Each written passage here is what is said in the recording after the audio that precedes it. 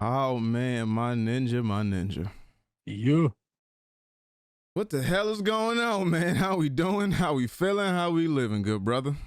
Chilling, man. Chilling, man. Just living, being a earthquake survivor. I'm saying, yo, I should put up a sign. I need to put that in my bio somewhere. I survived the 2024 earthquake, dog. Yeah, I was like, Did you feel that earthquake? I did actually. Oh, you did? But I thought it was like a truck driving down my street or something. Dog, I was in my work truck and I felt I guess it was the earthquake. I thought the wind was just going fast as hell. Yeah. I was just chilling. I was in my room just watching TV and I was like, the fuck? Like, what the hell shaking for? And then there was like another one at like later in the evening, like 6 p.m. or something like that. Yeah, something like that, but I didn't feel that one. I ain't feel that one. Yeah. I don't know what the fuck I was doing, but it's the end of times, man, so we might as well bring the fucking podcast back. Facts. Before this shit all over. On Friday, the eclipse is on Monday. Yeah. It's the end of times, nigga. It's over for us. Yo, what if that's the Big Bang and we get superpowers, my nigga? You gotta be. Oh, it's our time. It's our time. No, only niggas that get that black people. Like, yeah, or the melody. Like don't burn in the sun. Yeah. What if we get our superpowers then, son? What if that's our Big Bang? What happened with Virgil and them? Oh, the bang babies. Yeah. What if we become bang babies? That's like a porn. Ew. I'm sure it is. Yo, what if that's the name for like babies that are born from the bang bus? What if they call bang baby? Bang baby? You're a bang baby. Except for crack test tube baby. You're a bang baby. You're a bang bus baby. Bang bus baby. It was mad random. Did you hear about the fresh and fit dude getting a escort pregnant? I saw people posting stuff about it, but I didn't like actually look into it. So that's what happened. Like I saw he got somebody pregnant, and then he was like begging for, I guess, to get the abortion. Get a smortion. Yeah, get the the Scoopy Scoop. Is he a scoop? Yeah, let's get the Scoopy Scoop. Nah, but she not though. So the rusty hanger. I mean, I don't think you can do that without her permission. I think she gonna keep. Anyway, the podcast is back, as you can see. Oh man.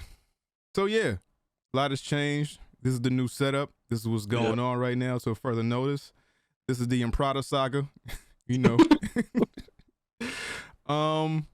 Yeah, man. So Hesh, it's been 4 months. Yeah. Okay. Yep. I'm gonna ask you how you're doing. I'm gonna ask you what you've been up to. Yeah. It's been 4 months. You better have been up to something. Well, you better have. Please. You did. Listen. You lost a toe. Something happened. You got drunk. Passed out. I don't know. Diabetes be taking niggas out. I don't know. Hey, chill, dog. I don't know. What's up with you? You good? What's up with the shit growing? Your barber died or something? What's up? Oh, nah, I'm just lazy. I fucking block, nigga. Nigga, I don't want to do that, nigga. No, I want to sleep, nigga. I just come home. Nah, cause this night shit is kicking my ass. I'm gonna be honest with you. Still? Yeah, cause I don't get home till like 3 a.m. most days of the week. So then I'm sleeping. I'm getting up. I'm eating food. I'm taking a shower, and I'm going to work. Like it's like I'm like I don't want to sit no fucking barber chair. Cause especially also barbers be bullshit sometimes too, niggas. I be fucking. Oh, tell me about it, my nigga. See, what you got to start doing is learning how to line up yourself. This is 2 weeks of me just experimenting, cutting myself, and just fuck it. Cause my barber, she got some weird ass job now where she work up in the burbs and shit, so she don't be want to fuck with niggas. Or her schedule was like crazy. So cause she got this whole. I use the Square app to make appointments on anything. No, I've never used that. I didn't know you could do that. Oh, you know what? They upgraded it now. But yeah, I be trying to make appointments for shit. And don't nothing be available but a random ass day where I'm not off of work. I'd be like, you know what, bitch? I'm gonna save my $20 and I'm gonna just myself. You want to find a new barber? Nah, she be making love to my face, y'all. I be liking it. So I don't want to find a new barber, but I for the cause how do you find a new barber? That's like making friends. Like I don't know how to make friends. I definitely don't know how to find a new barber. I don't know either. I guess you just walk in and be like, you. Yeah, but how do you know who good though? I think that's the problem. You don't exactly, and I don't want to like. You gotta, just cut me, dog. And then it's like, and the older I get, I can't fucking sacrifice too many niggas, my nigga. I can't waste these lines. You can't be experimenting. No, I mean my shit be fucked up, and then it just don't grow back. I already, my nigga. This barber when I was, I want to say like 15, 16, I had braids and shit. Yeah. And I wouldn't say my braids was on my hairline and shit. Like, it wasn't that tight, but this nigga had like cut part of my braid right here. Oh. And for some reason, I just never like grew it out. And the niggas would just cut it or cut around it, and the shit just never grew back right. Oh yeah. So now it just look like my shit been receding for like 15 years, but it's like, nah, this nigga just cut me. I'm like, I hate this Arab nigga. Fuck that, don't make it racist. No, I mean, I'm lucky. Nigga name was Mo. Nigga try to make it, we gonna make it exclusive for everybody. Nigga, your name was Muhammad. Shut up. Yeah, no, I'm lucky. Well, not lucky ain't the word, but I'm bald now, so I don't really gotta worry about that much. Just don't fuck my hundo. You get your if you get your refund and go to Turkey, my nigga. Nigga, I own them niggas. I gotta pay them niggas. Oh fuck, never mind. Yeah, I know. What you been up to, dog? The past 4 months. What's up? I mean, I was honestly, nothing. I ain't really been doing shit but working. The most I've been playing Final Fantasy. That's kind of what I've been doing. The old one or new one? Old one, because for whatever reason I got in my head like, yo, I'm about to beat all the Final Fantasies, or at least the first 10. And so I started with 7. Like Nintendo? Nah. Fuck chronological order, nigga. Yeah, no, I didn't say not chronological. Well, because one, I know I'm never gonna actually do it. So, but let me just start somewhere. So, and 7 is like my white whale of video games. Right. That's the game I've started and stopped more. Like I never actually beaten 7 before in my entire life. Me. But I've just like started it at least 15 times, maybe more, and never fucking beat it. But I started it once and never finished it. Yeah, I'm here to say I actually did beat it. I finally beat it. Like, you did? Last week. So yeah, I started. You do all like the necessary shit to beat Sephiroth, like the gold chocobo, go to the island, get the Matera and all that. You just I got a job. That shit. Yeah, I got a job. So facts, my nigga. So I was like, I was squeezing in between like an hour or two on a Sunday for however long it took me to do. Like a couple hours here. I was like, nah, I wanted to like I could boot the save back up. I was thinking maybe I'll try to do Emerald Weapon and Ruby Weapon and all that shit, but I was like, I don't know if I want to. Yeah, I was gonna ask you about them next. I was like, did you beat the Emerald Weapon and Ruby Weapon? Nah, I did not. Okay.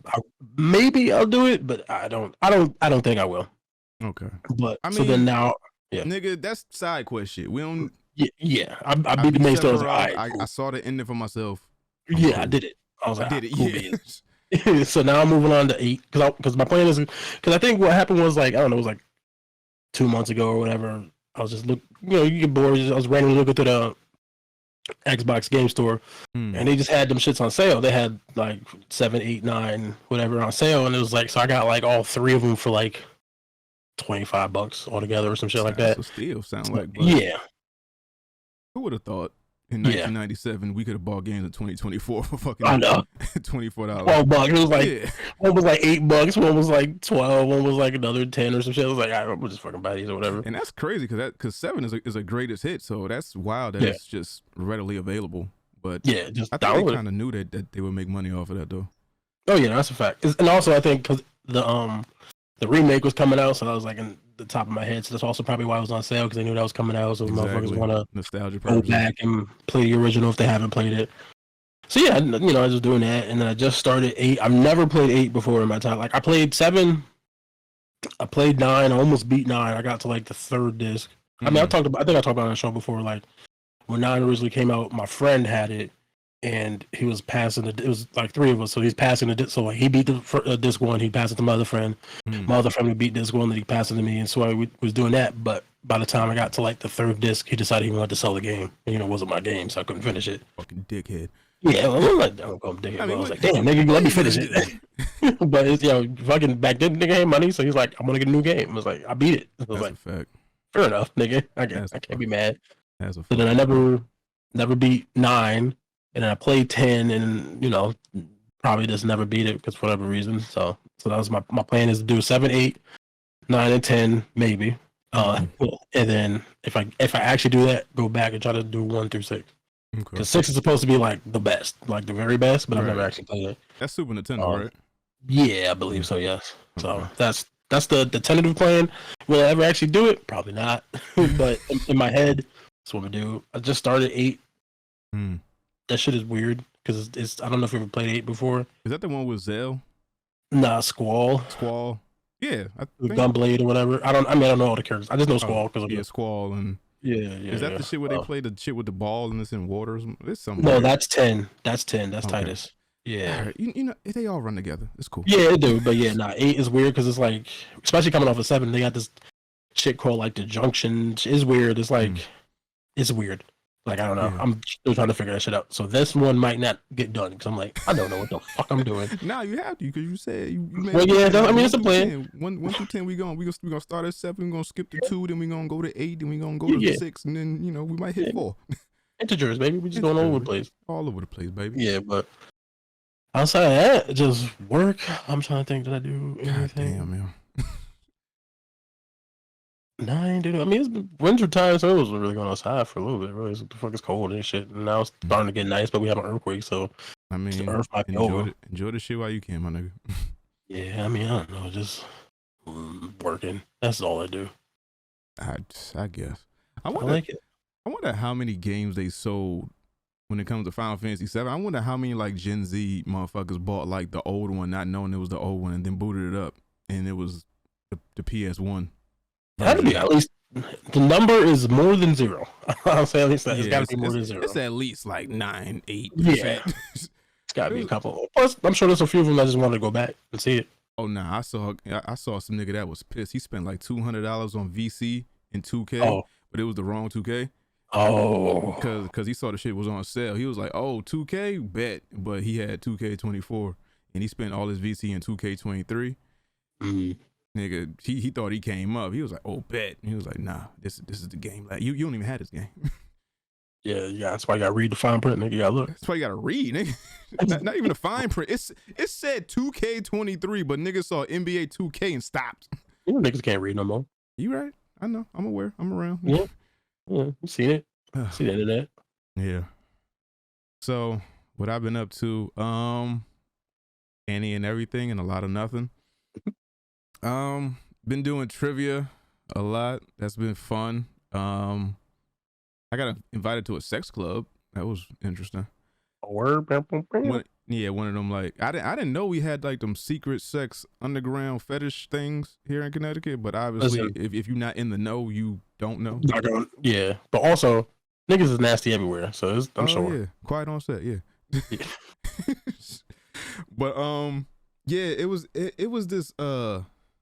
this woman that I used to see at trivia a lot, and she's like the cool fat girl, like that cool big girl, whatever. So you know, we would like she would come in and we would like talk, and it was like playful flirting. It was like, I love you, no, I love you.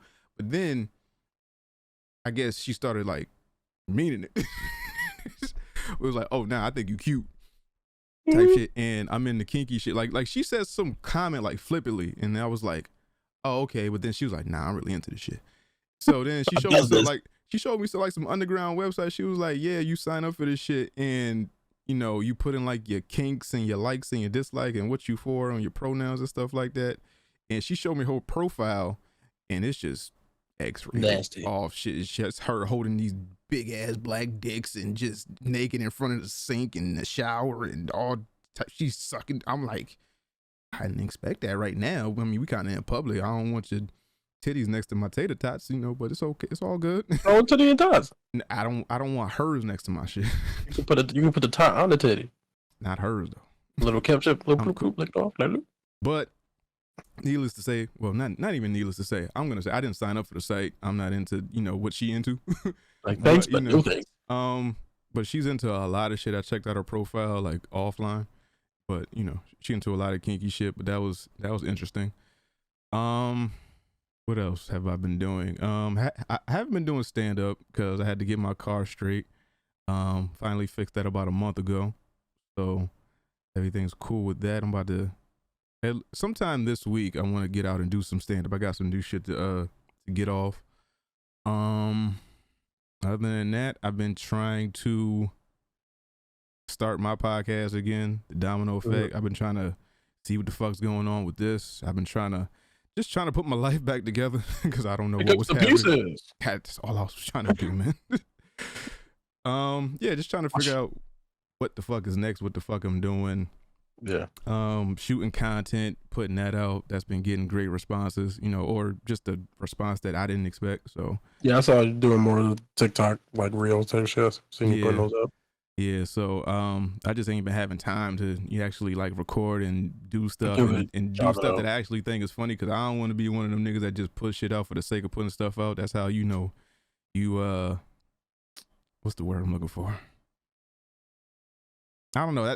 That's just how you become like real corny, like a Shiggy or something like that. You just putting shit out just to put shit out. Like I want quality, not quantity. Like I don't want niggas to see me and just be like, oh, here he go again with some. Yeah, I don't know what that man did to you, but. It's not even him. It's just a bunch of people where it was like they just put stuff out. Like, there's no like real thought behind it, and it's just it's the hot button thing right now. So now I got to put something out to say something. Like, you don't need to say anything. You just chill or think of something creative or funny. But whatever. But yeah, that's pretty much all I've been up to. Playing games. I've been streaming. I ain't been streaming like the past 2 weeks. I've been sick. Chilling with my kids. My oldest got her cap and gown. She about to graduate soon, which is nasty work. 8th grade? 8th grade, yeah. She ain't that old, Nick, chill. But yeah, she about to graduate 8th grade soon. She very excited about going to high school. I'm like, no. God damn, nigga. Tell me about it. Oh, nigga. Shit. Like, she got graduation pictures tomorrow, and she's somewhere getting her hair done right now. Shout out to South Carolina Gamecocks. They just won the championship. Shout out to South Carolina. Yeah. That's where my people from. So shout out to them. Yeah. But yeah, she just been tapping my pockets for money for the past like 2 weeks. Other than that, yeah, just chilling, trying to get my life together, and yeah, we're back. Are we live? No, we're not live. Okay. Yeah. This is a surprise drop for these bitches. Okay. So yeah, man, for the foreseeable future, it is me and Hesh. Again, Bobby has not ruled out coming back, but he said for the foreseeable future, he's not coming back. Yeah, so, he did say like no animosity, no beef, no bullshit, none of that. He said he definitely did a maybe, but I don't know if it was like one of them like, I'm gonna just say maybe not to hurt your feeling maybes, or like it's like really it's no, but I'm gonna just say maybe to you so that you don't feel bad. But he definitely did say possibly. There's a possibility. I won't get nobody's hopes up. Yeah. So if you're watching the video version, whenever Bobby want to come back, that spot is waiting for him. Whenever he want to come back, Yeah. That's the homie. That's our brother. We love him. So, but for the foreseeable future, Bobby is not here. Anything you have to say to Bobby or about Bobby, hit Bobby. Okay? Don't leave it in our comments. Do not ask us, because we are unaware. All right? I mean, he's still been around. I saw he was posting up there about fucking WrestleMania and shit. So yeah. He's still WrestleMania was fucking amazing. I think I'm back, like all the way back on wrestling. I swear to God, that's funny. I was thinking about that. I see, because I've been seeing everybody just talking about wrestling, especially Bobby, because I'm following him on Twitter and shit. But like motherfuckers is posting about wrestling is like, it's back to like what I would probably be more familiar with when I was back watching. It's like, should I get back into wrestling? Should I just start watching this shit? I'm telling you, like, the fact that when I was younger, it was still a question in my head whether wrestling was real or not, be it like the storylines and stuff like that. Obviously, the niggas is actually falling and jumping off of shit and body slamming people. Obviously, that's real. But the storylines and stuff like that and the shit they conjured up, I had no clue. But now that I'm aware of storylines, bloodlines, people now, characters, factions, different wrestling federations, there's like NXT, there's WWE, there's shit in Japan, there's backyard wrestling, there's just I guess what you would call like underground wrestling. I'm just getting into everything. So now I'm just watching shit, discovering shit, and I'm doing it at my own pace, which I like. But yeah, it's last night I was very much impressed, and WWE is the NBA of wrestling right now. So anything else you see, it's like, collegiate or fucking the D League of wrestling. But this shit right here was a fucking masterclass in wrestling. I was like, I'm impressed. Like, I've been watching wrestling, but not constantly. Like, if it's on, I ain't got nothing else to watch, I'll watch it. But last night I was like, this shit is amazing. So I think I'm back on the bandwagon of wrestling. I don't know every wrestler. I do have my favorites. Shout out to black women. But Yeah, I think I'm back on. Check that shit out. I gotta figure out where. It was like Peacock or some shit. Maybe up there. Yeah, I think WrestleMania Day 2 was on actually tonight. That we record. So yeah. I've been watching. And it's coming to Netflix too, right? I'm not sure. Yeah, Raw. I think they just signed that dude. I don't know when that starts happening. I don't know when that goes into effect. Yeah. But I remember that. Hearing about that somewhere. Yeah, last night I was watching WrestleMania on Peacock, and then after that was over, I was watching this documentary on Bray Wyatt. He's a wrestler that passed away sometime last year, and apparently he was somebody, like he was one of the ones. Yeah. And I was watching this documentary on him, and I got like not even a quarter way through it before I fell asleep. But I'm gonna pick it back up soon because I'm interested into what the fuck was going on. Yeah. I have been watching a lot of anime too. I have been trying to get back. I started One Piece? Huh? I've been watching One Piece, but I pick it up and put it down. Yeah, I understand. Listen, I get it. Yeah. I was watching Jujutsu Kaisen. I was still watching Dragon Ball Z when I got the news about my mans. Yep. Yeah, I'm almost done with season 2 of Jujutsu. That shit is turning up crazy. I don't know where you at, but they wildin'. They wildin'.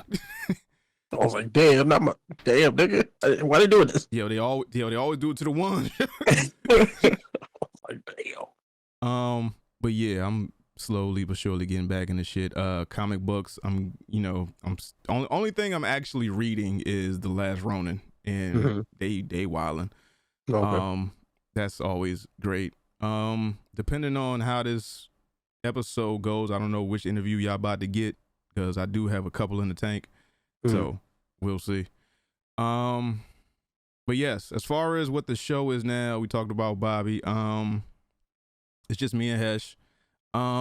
We are looking for help. If you do want to help, we saw the outcry of when we first announced the show was ending. If y'all need somebody to help edit, I guess make reels or whatever y'all need, I'm here to help. You can help. You can hit us, through the DM or whatever like that. We can't pay you, but please help. But if you want to, if you want to be a part of the, I mean, you already part of the dojo. But if you want to be behind the scenes of the dojo, then we will be talking behind the scenes in DM. So if you are interested, let us know and we could talk. What's also coming back is No Smoke Friday. So shout out to No Smoke Friday. That is a thing. We have something coming out for you on Friday, so be on the lookout for that. Also, the Pokemon Gym Challenge is coming back, so be on the lookout for that as well. So put your bids in for that if you want to, play. Just let us know. Taking on all challenges. Will you get an actual badge? It depends on how many people we get, because the badges we got obviously were they represented the 3 of us. Yeah. And now that we have the 2 of us, badges need to be different, or I can just give away the shit that we have right now because you know what it is. But we'll see depending on how many people we get for these challenges. Yeah. We'll act accordingly. Expect new merch. What else? I believe that's pretty much it. No Smoke Friday, Dojo Pokemon Gym Challenge. This is gonna be bi-weekly now because like we said before, this being a 2-man operation now, and this taking up a lot of our time trying to do this shit every week. I don't think it'll turn out how you guys would like. So in order to give you the best show possible, in order for us to give you the best show possible, and to give ourselves a break with life and actually editing and promoting and all that good stuff, the show will be bi-weekly until further notice. So you're going to get this one. We'll be active in the Discord. Obviously, still a thing if you're still in there. You'll still get Instagram posts, Twitter posts. You'll get reels. You'll get all that good stuff. But the actual show, as of right now, will be bi-weekly. Other than that, is there anything I'm missing, Hesh? We are undecided about a third person. We don't. Again, we talk about both personally. Don't have anybody in mind. So maybe if there's someone out there that might be in mind, point them in our direction. Yeah. We talked about maybe deciding to maybe have guest spots from you guys in the dojo. Right. Figure out something for that. Along the lines, you guys bear with us because it's just me and Dom, and we're gonna try to get back to swinging things. It's been like 9 months since we was doing this, so we gotta been a while. Shake the dust off and get the rust off and all that kind of shit. Just get back to it, and then figure out what is gonna work for us, what doesn't work, things we might change, we might not change, things we might add.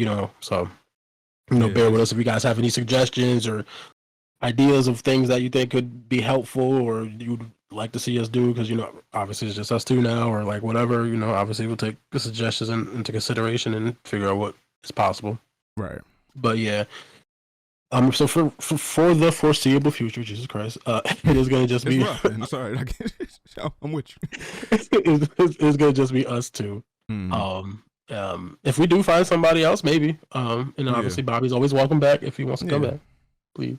But he's always I gotta get the Bobby button every time we say his name. I gotta hit the fucking the Street Fighter start thing. But yeah. But rock with us. We're gonna do our best. Hopefully it might take us a little bit to get back in the groove, but I think we got this. I mean, we still us. Yeah. I mean, it is what it is. Yeah, a lot of these might be recorded in this format as well, just because it's cheaper and because it's just two of us. And I don't know what G's video equipment be hitting for these days. I got to hit up G. I ain't talked to him in a while. But yeah, we don't know what his video equipment hitting for these days, so we might just be doing these at home. Again, for the foreseeable future. That's the name of the episode. For the foreseeable future, yeah, for real. But yeah, other than that, man, SoundCloud, iTunes, Google Play, Spotify, YouTube, iHeartRadio, wherever the fuck you get your podcast, we are there.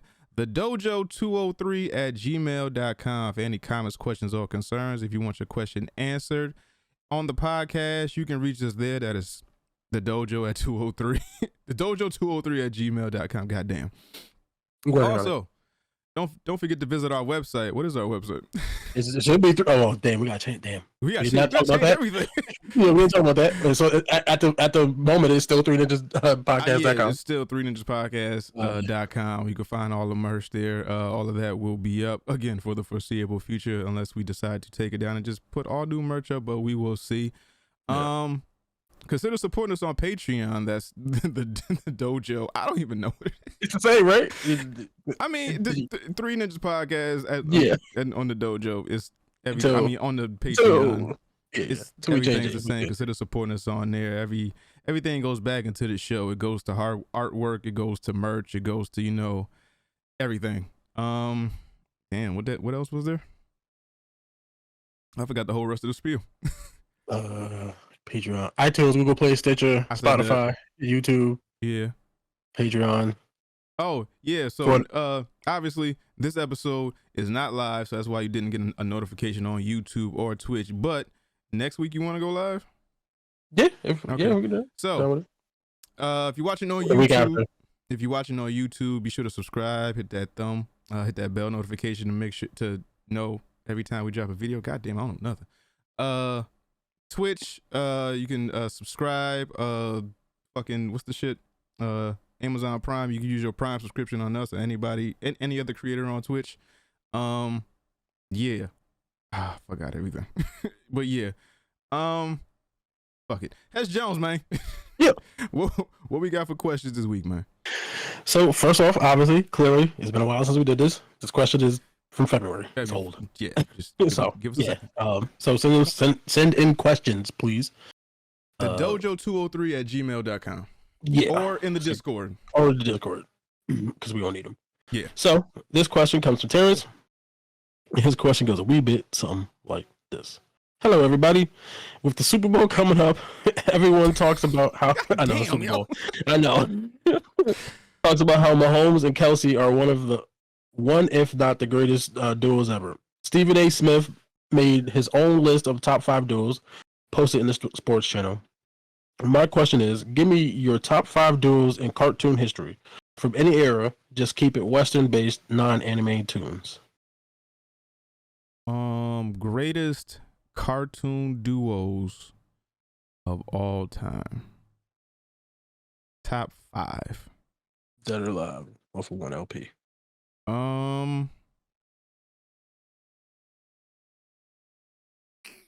Let's see. Tom and Jerry. Yep. Beavis and Butthead. Oh, damn. Anything. Shaggy and Scooby. Scoob. Rick and Morty. And that fifth one is hard. No, scratch Rick and Morty. Pinky and the Brain. Oh, word. Damn, anything with them either.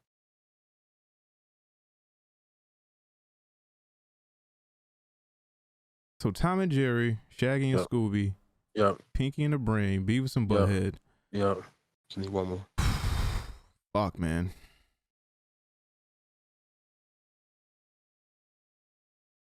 Bugs and Daffy count, right? Yeah. Okay, Bugs and Daffy. Bugs and Daffy. But honorable mention, for me personally. Yeah. Finn and Jake. Finn and Jake. Oh yeah, anything about them either. Damn. so I got SpongeBob and Patrick. Oh, that's a good one. Ren and Stimpy, the Nickelodeon original, not Spike. Mm-hmm. Chip and Dale, the Rescue Rangers. Oh yeah, you gotta specify that because Chip and Dale's nasty. That's crazy. The Chipmunks, not the chips with the dick. Not the swingers. Yeah. Not the swingers. Oh, the helicopter man. Brian and Stewie, Family Guy. Oh yeah. And then this is a real personal favorite of Phineas and Ferb from Phineas and Ferb. So I fuck with that show. Okay. Oh that shit. Okay. I like it. I like it. I fucks with it. I feel like we left out some real good ones. Oh no, for a fact. Oh, yeah, I'm sure there's a million of them. Left out like some ones like Bert and Ernie, Batman and Robin. Yeah. Cow and chicken. Oh, Mama had a wait. Mama had a cow. Mama had the chicken. Mama had the cow. Mama had the cow. Dad was proud. He did care how. Yeah. Lilo and Stitch. Facts. Rick and Morty. Yep, Rick and Morty. Rick and Morty. Let's see. If I Google most iconic animation duos of all time, let's see who they got top 5. Well, starting from 30 to 1. We got Gumby and Pokey.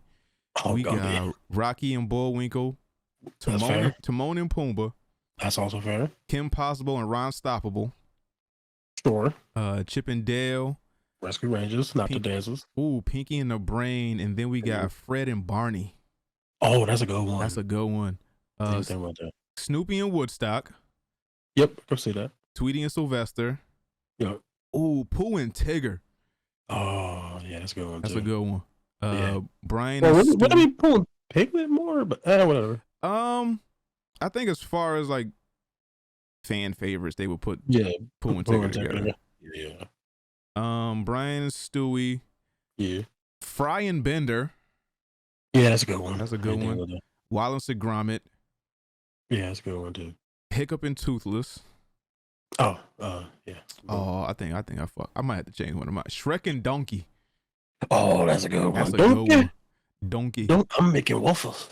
Top 15. Phineas and Ferb. There you go. Lilo and Stitch. Yeah. Beavis and Butthead. Yeah, that's good. Batman and Robin. Yeah. Lisa and Bart. I'm sure. I don't know. I guess in my brain, I don't really count them. Fuck each other up. Yeah, I don't count them as a duo per se. Because I mean, Tom and Jerry fuck each other up too. So I guess if they can count, they can count too. But them niggas is different species. These niggas are siblings. Yeah, that's a different species, nigga. Okay. You just mad older than your sister, so it was like It's different. You get along with it. You like it and shit. Like at that point, it's bullying. Them niggas is close in age. Yeah, exactly. Like if you did it, you just being mean for no reason. But like when you close to age, we beefing. Okay, top 10. You ready? Yeah. Ash and Pikachu. Oh, I didn't even think about that one. 9. Buzz and Woody. Yeah, I can see that. 8. Cosmo and Wanda. I fucks with it. Yeah. 7. Elsa and Anna. What, from Frozen? Yeah.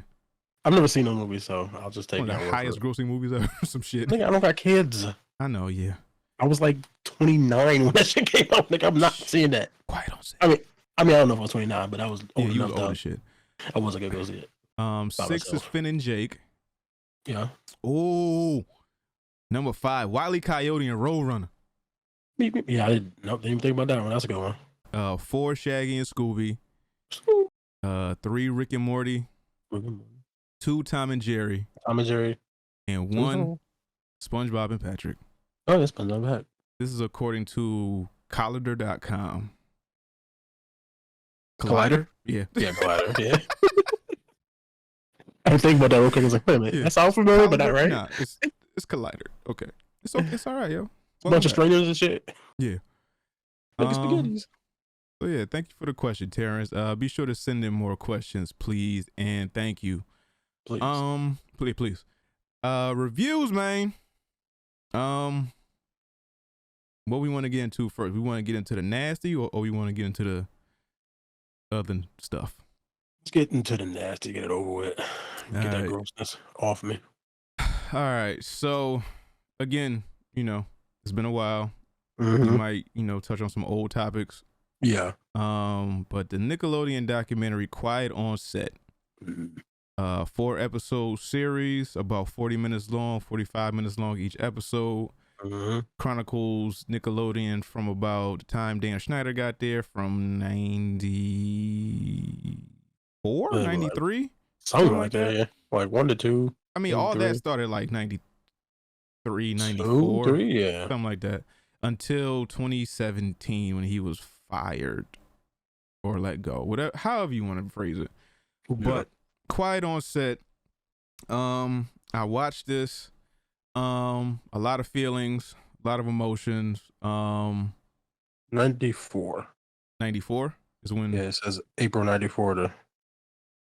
Yeah, no, the original was 94 to 2005. Yeah, and then maybe it came back after.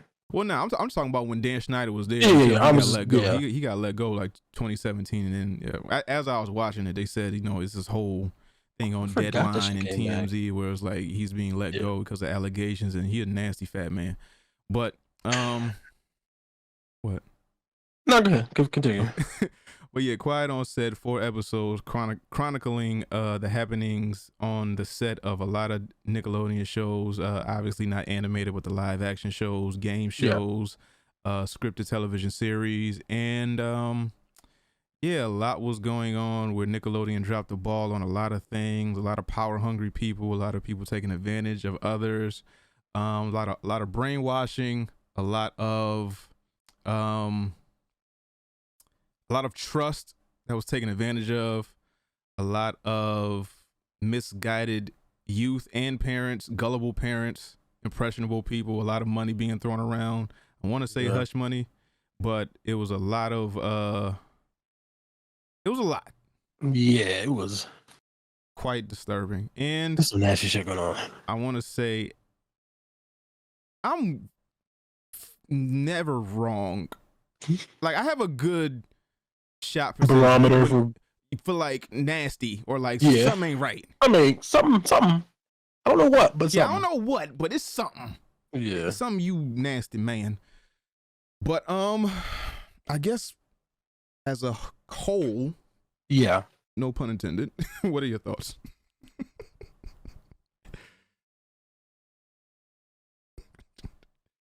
I didn't mean it like that. I know, but it's just he's fucking shit up that boy. Yo, he was getting slimed. Oh God. all the ooze or whatever it was called. Slime, nah, but slime. It was slime, yeah. But that shit was. I mean, I don't even know where do you start with this shit. It's just like in general, that shit is crazy, and I don't understand how this happens.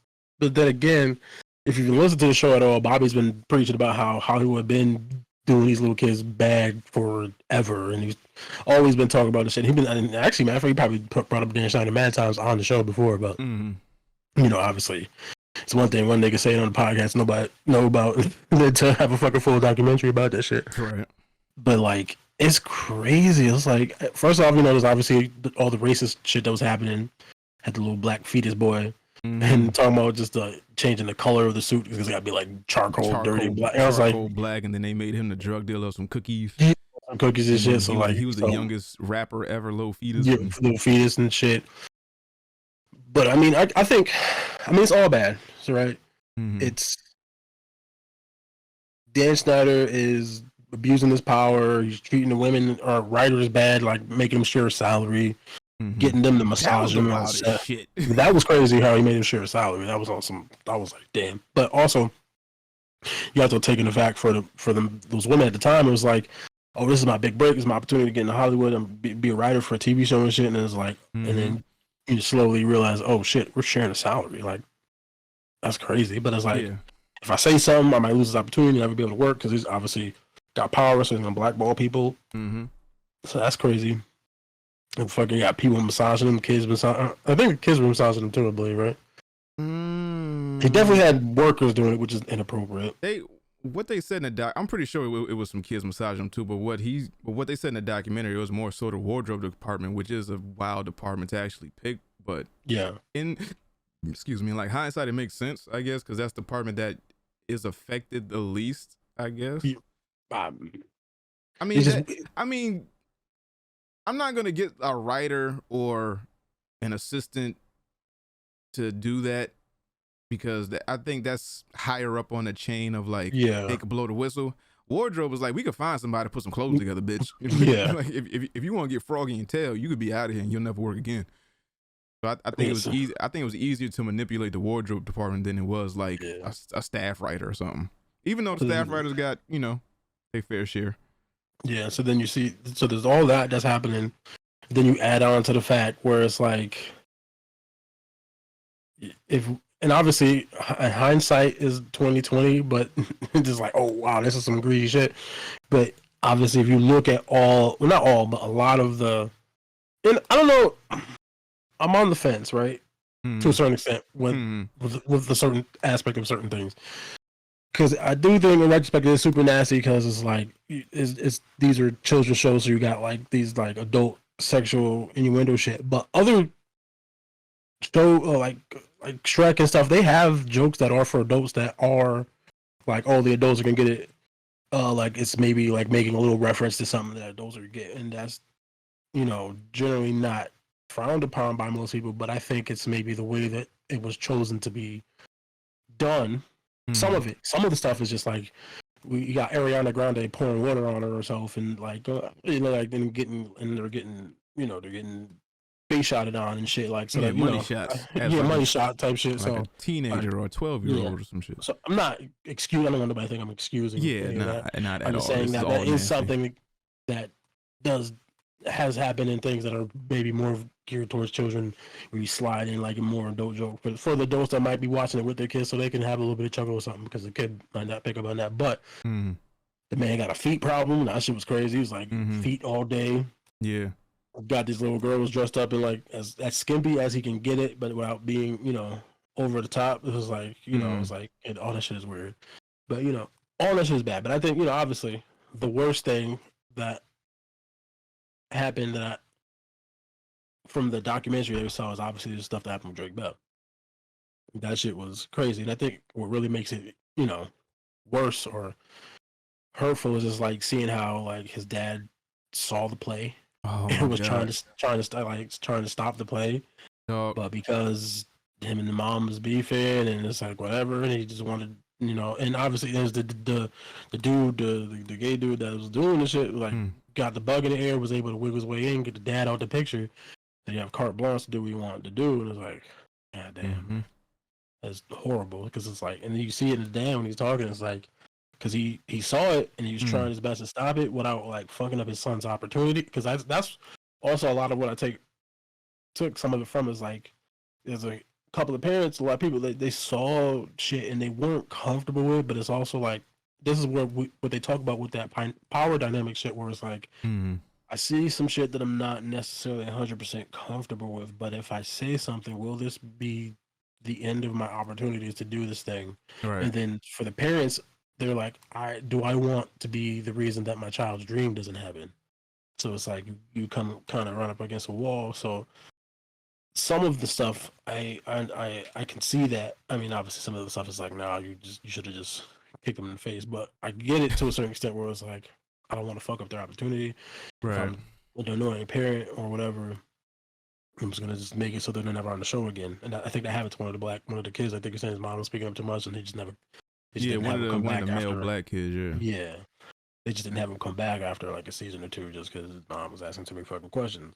But yeah, that shit was sad, dog. Them niggas is nasty. Where I got a few takeaways from this.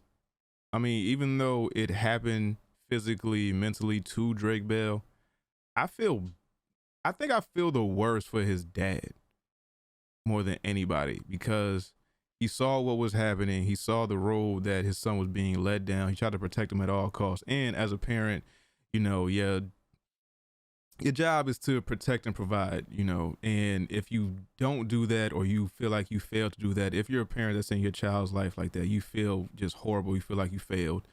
And also, Drake's dad look a lot like my grandfather, which is fucking eerie.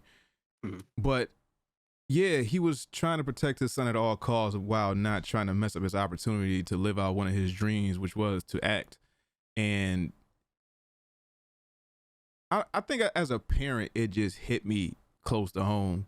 Like, even though it's never happened to me and I have 2 daughters, it's always in the back of my mind.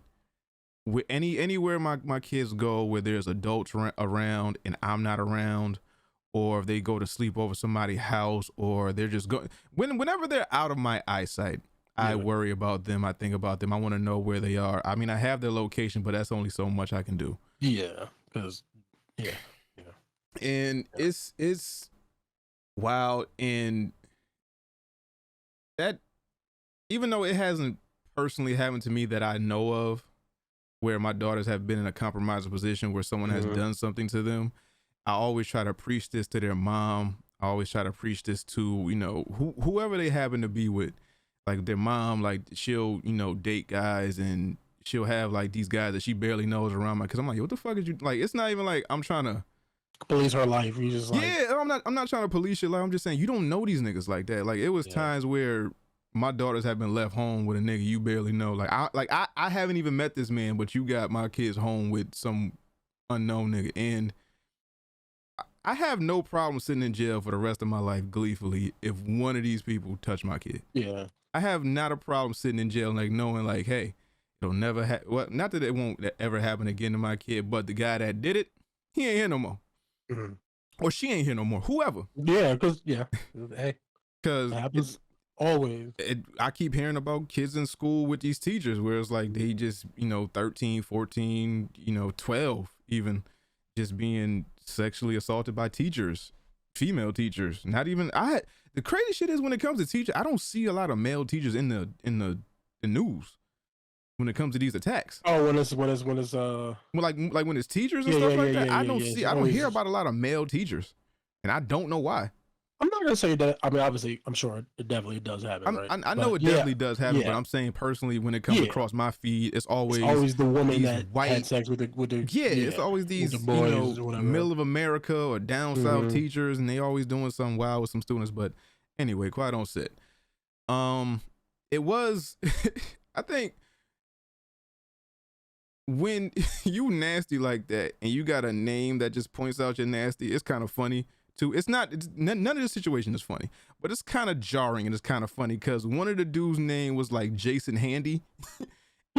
and like the dude that was with Drake Bell, his name was like Brian Richard Peck. Peck, yeah. Yeah, I'm like, your name is Brian Dick Peck? Nigga, like, come on. Yeah, how you gonna be nasty with names like this? And was he the one that had the John Wayne Gacy? Yeah. He was the one that had the John Wayne Gacy in the painting and whatnot, in the letters and the painting, and he was showing it off gleefully. Like all the signs were there, where it was like something's wrong with this man, because I guess the cast of that show went over to his house for a birthday party, and one guy was like, his house is very weird. It's not like a house that a grown man would have or should have. And then he's gloating about these letters to John Wayne Gacy, who was a serial killer of young boys or young men, and has a painting from them, has a pen pal relationship with him. I'm like, math ain't mathing, but it like 1 + 1 is equaling 2, but I can't say nothing because I'm 16, or it don't. I'm not. I'm like the shadow of a doubt, because it is the early 2000s, and I'm 16. Yeah, I'm just going, suspend disbelief or whatever. It was that shit was nasty. I'm glad everyone who spoke out, who could speak out, spoke out. Yeah, it was very, very, very disturbing. And it shows me that I think this like child sex ring or rape molestation stuff goes higher than we actually think, because it's judging by the legal system, I think people are too okay with this, because not saying that one sin is better than the other, all sins are equal, but if a drug dealer sells drugs to someone, they are willingly buying these drugs and doing these drugs, right? But they'll get like 20, 30 years or some shit like that. A murderer who kills someone, whether intentionally or unintentionally, you still kill someone, but you can get life or like 20 years or something like that. These motherfuckers are molesting and taking advantage of children. Getting like 8 months. And getting like 16 months. I'm like, dog, what are we talking about? And these kids, most of the time, never recover from this mentally, or they go on to do the shit to other kids themselves. And it's just this cycle of, we just fucking kids up. Yeah. And and to only get 16 months, and then to be, all you have to do is register as a sex offender, and then you're put back into society like nothing ever happened. And I'm like, why aren't they getting the maximum of whatever? Like you find it like when you start finding terabytes of child porn, videos, pictures, naked girls in compromising positions. Like they said that one Jason dude found like it was like insane amounts of child porn. Yeah, it was insane. I'm like, yo, that is mind-boggling. And then he had a journal, a diary of like what he wanted to do, and he had plastic bags of different girls' stuff and stuff like that. It was just wild, disturbing, and it makes me think like, what are the kids watching now that we're gonna see a documentary about in like 10, 15 years? Like right now, all of it's on YouTube, I think. Where it was like, the behind the scenes, because the YouTube show's probably just gonna be like the parents were forcing the kids to do some wild, like not, maybe obviously not. Well, hopefully, I wouldn't say obviously, maybe it's not sexual shit, but like just forcing the kids to do some shit, just beating them, and like, we got to do 13-hour days, and they weren't feeding us. And where'd you go? You disappeared. Yeah, I know. It's stupid. The cameras. Okay, just making sure. But yeah, it's a couple YouTube channels that my youngest daughter watches that I'm sure that these parents are making these kids do this to sustain their lifestyle, or just like child labor laws and stuff like that. Yeah, it's just because it's an independent YouTube channel now, you can't really say anything, and because he's governing or she's governing their own kids, you can't tell nobody how to parent their kids. It gets murky when it comes to stuff like that. Hey, you're back. But yes, and it makes me wonder what happened to Amanda Bynes. Right? I mean, like, some people they don't say anything happened, but and again, maybe she was just predetermined to end up this way just because of whatever. But like, obviously, she had some issues with her mental health and things went awry at some point. But I wonder if there's any, like, something happened to her that she has not talked about that led to her going down the path of 1,000%, whatever. 1,000%. I mean, we don't know. We don't have confirmation. So, but I mean, obviously, it's her life and her right. And if something did happen to her, it's up to her to speak about it if she ever wants to, if she wants to. But you look at that show, you look at all the stuff that happened, you see the person that was attached to that, You see all the things that are happening, and then you see her, and it just makes you curious about what could have possibly happened to her to maybe nudge her in this direction. Maybe she wasn't. Maybe it's just the whole thing about being famous real young, and maybe nothing ever happened to her. But you know what I mean? It just makes you wonder. But I'm trying to be delicate with this because this is serious. Yeah. But there's more success stories than there are unsuccessful stories when it comes to kids in Hollywood. Now, but that wasn't always the case. No, I'm saying, but you know, I mean, there's always been child stars, and I mean, I don't know. I'm trying to figure out how to put this. There's always been child stars, and we see more kids that were in the limelight early and grow up to be okay. They seem to be okay adults. But we see more of the success stories than we see the other side of it, where we see, you know, the mental health issues, the alcohol and drug abuse, where we see people fall out of the limelight, and we always wonder what happened to them. And I don't know if Amanda Bynes' situation is a result of something that happened behind the scenes that she's not talking about, or it's just a mental health issue that she just doesn't have a hold of. Maybe it could be drug issues, alcohol issues, you know, any type of substance abuse issues. It's just wild to see it with someone that you grew up on, and to see their downfall. Because we always see these people where, you know, we see them when we're young and then they just disappear out the limelight. You're like, damn, whatever happened to such and such? Like the girl, I think her name was, it was Katrina. She was on all that the first season. Yeah. I always wondered what happened to her. But now that I see her, I'm like, dog, a lot of these motherfuckers grew up and they look amazing. Them black, oh my God. That girl, I forgot the show. It wasn't iCarly. It might have been iCarly. But that black girl with the eyes, with the little hazel eye joints. Oh my God. I have to love her. But I'm glad she's doing well.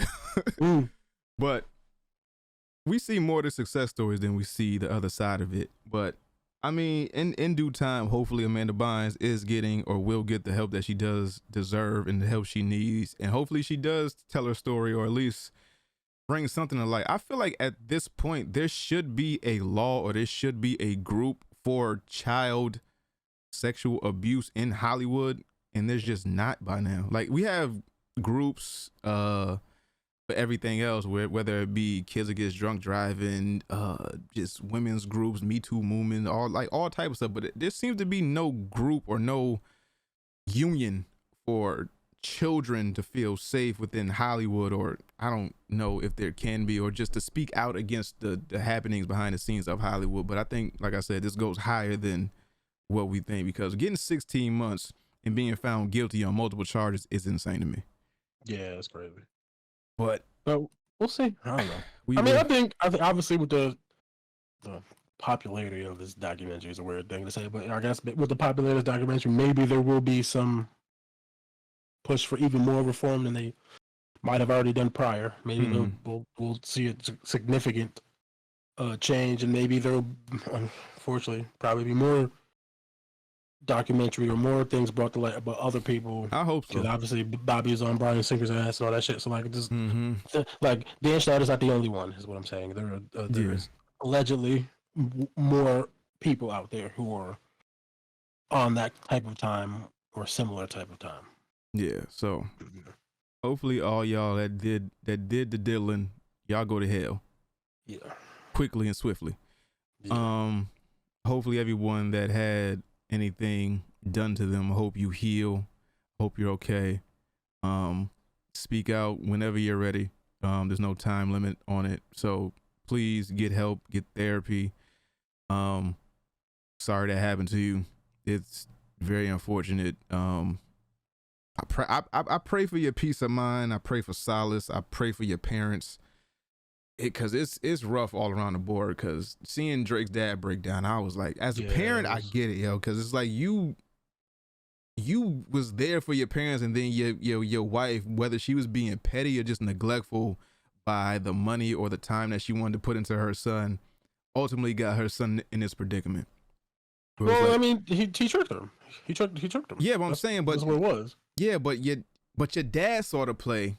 Obviously, your mom should, But I mean, I don't know if. Well, I mean, he did say, "Yo, keep him." Yeah, like I'm not saying this for nothing. Like I'm saying, like, hey, whatever you do, okay, I'm giving you the reins. Whatever you do, do not let my son around this man unsupervised for this amount of time ever, please.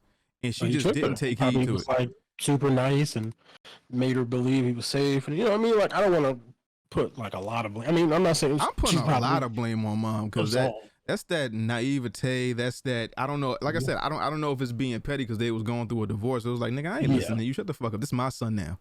Yeah. So it could have been a little bit of that. It could have been like, again, it could have been some hush shit. It could have been she was trick bamboozled, whatever you want to call it. Yeah. I just don't like the fact that I was good with my dad and then I hand the reins over to my mom and then this happens for, we don't even know how long, for years on end, and then it takes another woman that's not as close to me to figure out, okay, what's wrong? Well, I mean, it's also, he was calling it crazy.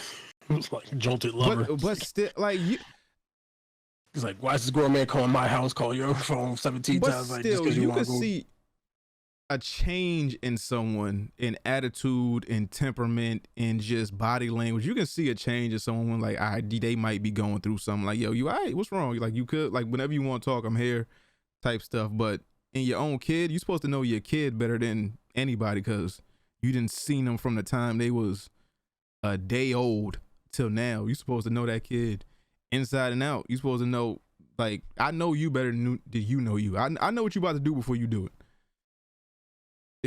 I don't know, man. Like I said, praying for everybody, but everybody else that did anything can go to hell. Also, real quick, the Diddy situation.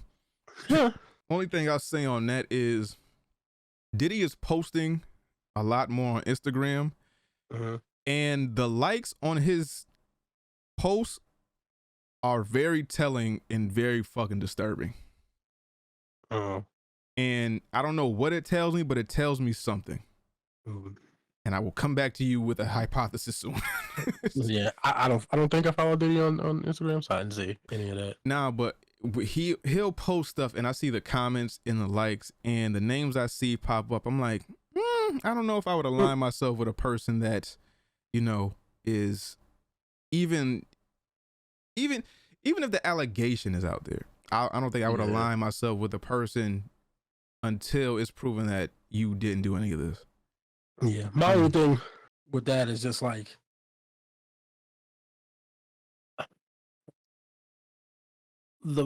from what I know, because I haven't really dealt with the law in that sense, but the feds usually do not show up unless they have, or they believe they have, a decently solid case, right? They, from what I know, they generally don't do anything unless because they want a high conviction rate. So, the Fed's conviction rate is like 90 something. So I would just say that I don't know if he did everything or anything, but he must have done something. Just smoke this fire. Yeah, to some certain extent. Now, if I'm wrong, I'm cool with being wrong. Be wrong. I would prefer to be wrong. I don't want him to have done any of that. Whatever. I'm cool with being wrong, but but they don't normally show up out of the blue for nothing, generally. So people are power hungry, they're money driven, and they want to be on the right side of history in case this does go Diddy's way. And it's nasty because because he's still powerful. So it is. That's facts. But I don't like how that trumps like just common sense. How that trumps just like morals and stuff like that. Like you my man, but if you want to travel some wild shit, I'm gonna distance myself from you until it comes back. But then if you come back and say, hey, you didn't support me, I ain't fucking with you no more, I'm like, all right, cool, but I'm gonna choose my side and I'm gonna stand there. They said you did some wild shit. I didn't know, I wasn't around. But until they said, nah, he ain't do it, or you wasn't convicted of it, I'm gonna stand on the other side. I don't know. That's just me. Like if they say my man is, if he did some wild sexual shit, Yeah. Dog, I can't get with it. I can't fuck with you. Like you been my man for years. Yeah. But if you did some wild sexual shit, I'm gonna distance myself from you until I know for sure that it's not true. That's just me. But like I said, them likes are very telling, and I will have a hypothesis soon. Next review. X-Men 97. This is not your daddy's Saturday morning cartoon. That's a goddamn fact. How old were you when you realized Rogue didn't just want to be normal, but she wanted to be fucked? Yesterday? No, I don't know. That's a good question. Because every I'm talking about 20s, I'm sure. Every time Rogue was talking about she wanted to lose her powers or she wanted to, get rid of her powers so she could be normal, it was always some scene where somebody was touching something. It was like they want to kiss, they want to dance, they want to do something like that. It was never because I just want to lead a normal life. It was like I want to be touched. Make me feel good. But that is a normal life. But think about your life where you can't have human connection and touch and feel like and that's not just sexual. But I've worn condoms before. If I had to wear a condom my entire life, I might be a little mad, but I ain't gonna fucking make a fuss about it. But you can't hug your kids. You can't kiss them on the cheek. Put some gloves them on with your bare hands. Yeah, but I'm saying, but that's not the same. You want to touch your kids with just gloves your entire life? If I have to, if I'm a mutant. If you have to and want to. Shout out to the solar eclipse. What if I get powers and can't touch nobody? I'm all right. I'm about to sap all y'all niggas. But then you can't have sex. I'm about to learn Spanish or something. I'm about to be multilingual. I'm about to zap niggas' powers, yo. I'm about to be zapping shit. But then you can't have sex. Yes, I can. I can use condoms. Whatever. But condoms don't cover your thighs, nigga. Whatever condoms Magneto got, I want them. No, that's magnetic powers. You gotta get a whole new power set. I want a Mag Negro condom. Mag Negro. I want a Magnum X. whatever condoms Magneto uses, I want them. He just got powers. Like he's like, yo, I can manipulate the forces of nature or whatever. He's like, and they ain't even explain that. Because we just know that they be fucking. And you know the crazy shit? I'm watching X-Men and I pinpointed exactly when she was getting her cheeks blown out. It was like before. Huh? It was before. I know. Before she joined the X-Men. It was before she joined the X-Men? Yeah, because don't forget, she was Mystique's daughter. She was rocking with Mystique for a minute before she joined the X-Men. Was she? So don't forget. So yeah, obviously he knew her back then. He was like, "Oh, what's up, little Southern girl? Oh, you want some Holocaust?" Maybe it was that, but it was a cool 4 episodes where Professor X said that Rogue went on a special mission, and they never discussed what the mission is. She was just gone for like 4 episodes. They don't even preface it later on. They just said Rogue gone. She'll be back. Box worked on. But when they was in space with the Phoenix, and then she just magically came back like, oh, why is Jean in the hospital bed, baby? She climaxed and she was like, I'm good. Let's go. It's like, I get back. Hey, Magneto. Should get that shit out of there. Shout out to Zaddy Magneto too. Shout out to Zaddy. Yeah, with the long hair. Long hair with the new outfit. Got the arms out. Nigga got the arms. Yeah. Some arms. 97 years old still. Fucking beating. Knocking it down. Hey, I'm telling you, when you get the salt and pepper, just let it flourish, baby. They gonna flock. They fucking. You got gray, I got gray. Let's do this, baby. Gray. It's just a. Who? Ain't nothing here. But when this salt and pepper. No, it's good. This shit gray. I'm talking about just like when they become like an overwhelming salt and pepper. Oh yeah. Zaddy Hesh. Oh no, I'm not. Zaddy Jones. Just for men's? For what? I don't know why not. Cause I can. I mean, that's your prerogative. I mean, I'm not gonna. I don't even want to go to the barbershop. You think I'm gonna fucking put just for men's in, nigga? I mean, you home. Well, you might as well. Fuck it. You ain't doing nothing else. You got me.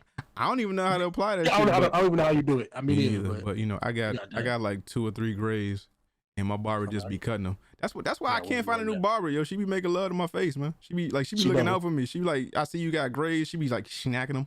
Yeah. I be like, all right, baby, I ain't fucking around to get pregnant. She not though. She like 47. We in the future, nigga. You don't know the miracle of science, nigga. Right. fucking give her a fucking testosterone, whatever, fucking some type of shot or something, nigga. Testosterone like, shot. I know A that's not the testosterone wrong shot is crazy. It's the wrong. It's the wrong. I knew it when I said it. It's the wrong. You just got a big clit now. That's clit big as shit. And she can lift up your couch for you. Yep. She got you, nigga. Voice getting deep. You got a couple whiskers. Nah, but I said that. I knew it was the wrong one, but nah, it's cool. It's cool. We back, baby. It's all right. We here, baby. But X-Men 97, I am liking it a lot. Me too. Do you think they will include this in the MCU at some point? I mean, so yes. The answer is yes, because multiverse. Yes. Right. So the answer is some. I mean, and I guess the real trick is the Beast we see from the Marvels at the end of the Marvels the same Beast from the Fox movies, or is this Beast from the TV show? Like, is it the same X-Men? Because I don't know. Like, so you might already have like just not 97 is whatever year it is, 2024. So it's like an older Beast than whatever's in the 97 one. But he ain't had no grays, so I don't know. Yeah, I mean he's mutant, nigga. Age different. I mean, you could be blue and gray, nigga. You right. I'm saying, you know, you a beast, but you old though. You know, you ain't old beast. Old beast. Yeah, I mean, so I mean that's that. Nigga, Beast Zaddy will go off. you tell yo, if they going up for Magneto, Beast Zaddy? Come on now. Salt and pepper. Salt and pepper beast, man. Come on now. Beasted. Blurry bitches going crazy. Word. But yeah, so the short answer is yeah, just because of multiverse, but we'll see. I mean, I'm not really so certain. But I do want to give them obviously major props for once rightfully showing Cyclops being fucking cool for once, and like they see that shit. Yo, the way they retcon fucking Cyclops, I just don't like how they explained his powers. Because first because for the longest time we thought it was like heat vision, and then now they said heat vision. But now they you know they said it for a fact, like this is like a optic blast that has concussive force. But then when I was when I was rewatching X-Men, this nigga when he first got his kids when he first got his powers as a child, he melted a bike. So I'm like, pick one. Is friction. It concussive friction? Friction. Okay. So because of friction, it can still it will maybe playing it long enough will cause heat to happen because it's what just like a fucking grade you get in biology and science and all that? Probably like a C. All right, so you might know friction. Okay, cool. But I didn't try, nigga. I didn't go to school. Okay. I mean, I went, but I didn't go. You was physically there, but you wasn't there. Mentally, I was like, "Get me home, nigga." But yeah, no. So yeah, so it's a force blast, but so yeah, it's concussive force. But because friction can happen, I think that's where sometimes they depict stuff where maybe heat is coming off of stuff because of the friction. But it's not actual heat being like he couldn't like melt down metal into goo. But he did. He melted the bike in fucking the original series. In the cartoon. Yes, in the orphanage, he melted a bike. Okay, I gotta go look at that shit again because check the episode where he leaves the X-Men and he goes back to the orphanage he came from. They reminisce on when he first got his powers. And nigga melted a bike. Melted it down. He melted it down to nothing. Gray matter. He said, "Blue." Now he was somebody not. I can't. And then Mike, the bike was gone. Maybe it's in space. Maybe he knocked it up. Yo, have you seen that compilation where on YouTube where it was like, yo, this nigga says Gene way too much? Cause she always pass it out. No, I'm talking about the entire series. There's a compilation of like 2 minutes or like a minute and a half where everyone's just saying Gene. Like they said that more than mutant. Gene. Love her, nigga. No, Gene. No. Wolverine's a simp. No, that's a fact. Wolverine is the biggest simp I've ever seen. That's a fact. Is Morph trying to fuck Wolverine? That's also a fact. Yes, I believe it. He walked into that shower ready for it. I think they've been fucking. I think. Because if my man's is in the shower, I'm not just gonna walk in there like that. He just walked in there like that. Yeah, he seemed like they was very familiar. I feel like they was like best friends, but I didn't know they was like friends. Not with the benefits. Yeah, I didn't know they was FWBs. Yeah, it was benefiting, nigga. like the way they played around with that Sabretooth thing was a little it's a like, little troubling for me. Like I didn't know Morph had pronouns. Oh yeah, that's something from the comic books. He's definitely a them they. No, that's a fact. People were upset about that because he's non-binary. Yeah. But it makes sense for the character, obviously. I mean, everything we're seeing now is from the comic books, apparently. A lot of it. I mean, obviously, that was the whole purpose of the show. They're turning comic book stories into the cartoon, but Morph specifically was made for the cartoon, and he was made specifically to die. Like he was supposed to die, but because he was so popular, they brought him back on the show. Like because obviously when they whatever he died, he was supposed to stay dead. Yeah. But he obviously he was popular. People liked him, so they brought him back. I think it was in 2 episodes. That's crazy. Before he died. Oh no, he wasn't. Yeah, no. But before he died in the original one, he was in 2 episodes. Morph, and then he came back with Sinister, and also my great. Maybe I don't know. But Wolverine turned into Gene for him, so you could, you know what I mean? You know he was doing it. He's like Gene. He's like Morph. Shing. Wolverine. Shing. Wolverine never came off as bi to me though. He always came off as very, very masculine. But you know that would coincide with like a lot of cops where it was like they're like hyper masculine and alpha all day, but when they get in private, they are like very submissive and want to have their nuts stepped on and shit. Listen, let me tell you something about the X-Men. All them niggas is bisexual. Nah, that ass. I think in the like more recent comic book runs right now, like Jean, Wolverine, and Scott are a throuple. You can't tell me them 2 niggas ain't fucking. I mean, they hate and love each other at the same damn time. That's kind of wild, but optic glass. I'm telling you, nigga. Don't money shot my Wolverine, yo. do not optic black. Do not. Yo, the one-eyed monster money shotting somebody is insane. Oh shit! You can't tell me what niggas ain't fucking. Nah, but yeah, everything from what I've heard and what I've seen, everything that's happening right now is from a comic where Magneto going to the government, trying to getting arrested and going to the government. He took them niggas to space and said, "I could kill y'all if I wanted to, but I'm gonna play nice because y'all got me fucked up." Storm losing her powers. That Forge. Happened in the What else?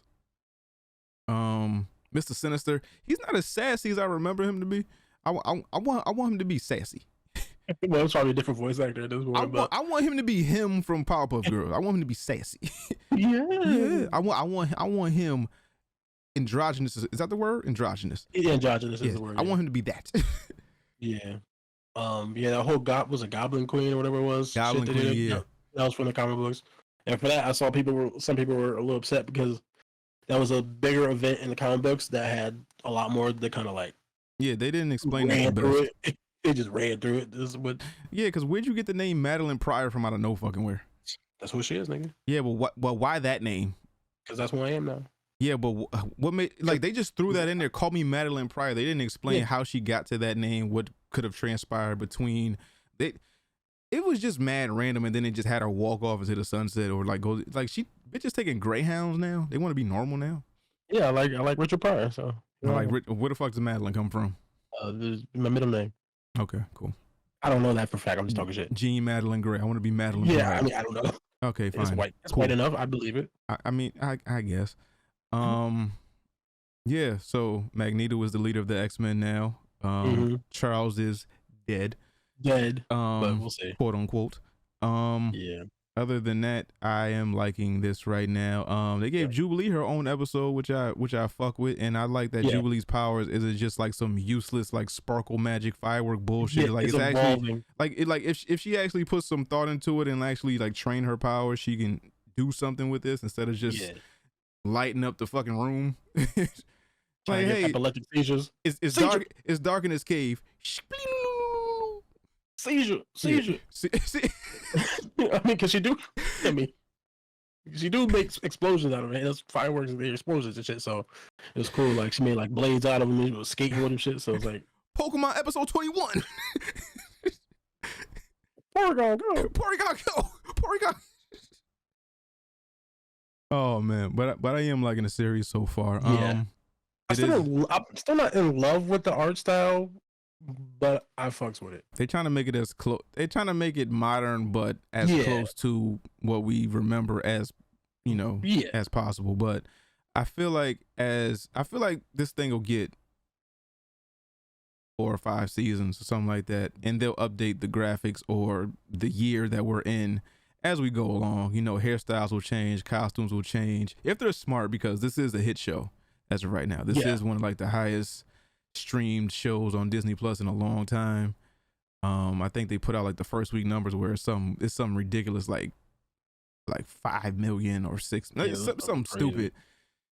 But it is a good continuation, because even though I haven't gotten through the entire X-Men series, and I know what happens at the end, Professor X catches a hot one, placket, and then he dies, quote unquote, and then they just move on from there. I think it's like a day later or a week later from after when he died.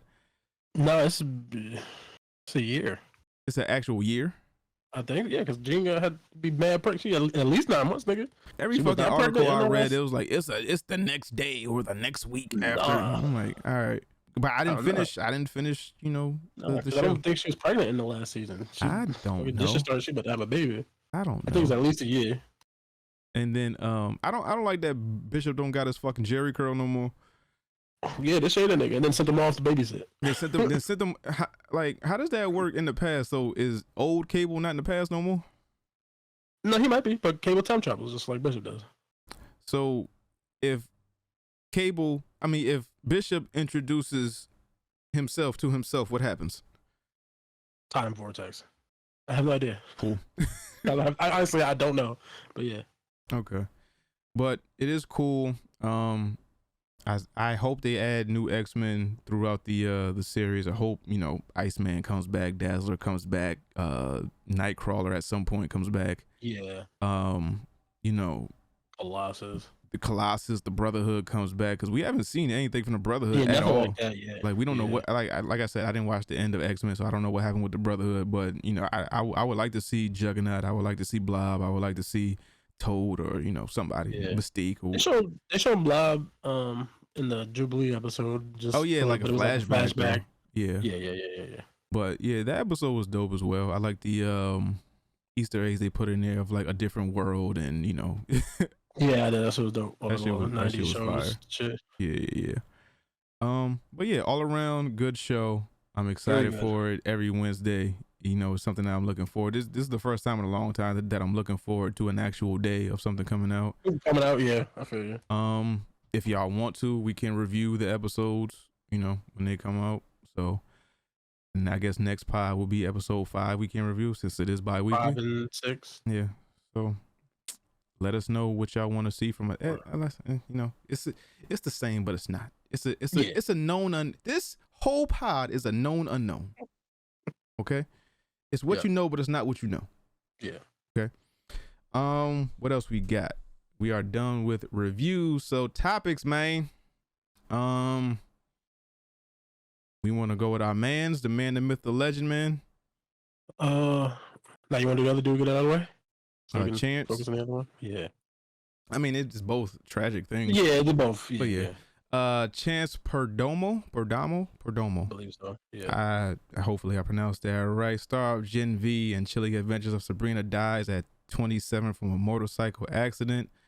Rest in peace to him. That's a fact. Yeah, this came across my timeline. I was very fucked up because at first, it obviously it hits you out of left field, and this is why they tell anybody in entertainment to stay the fuck off of or not do certain things. Especially athletes. They say, hey, stay off of motorcycle. You can't do this. Yeah. This is what happened to Jason Williams. I don't know if you familiar with him, but he was a top 10 pick in like a draft in the early 2000s.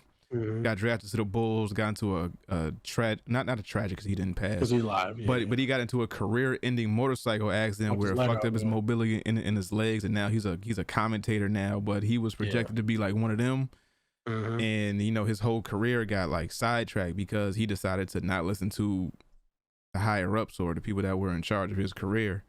And again, you know, these motorcycles, every year somebody passes away. Every summer, every spring, people go out joyriding. They didn't say it was any foul play. It seemed like a single person accident. I don't know what happened. They haven't revealed, and I don't think I want to know.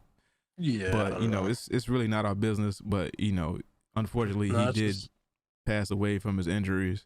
Yeah, super unfortunate. Super young. 27. Obviously, his career was just starting to take off. It seems like. Yeah. It's just one of them shits that shouldn't have happened. That happened. It just fucking sucks, you know. Yeah, you know. Prayers go out to his family.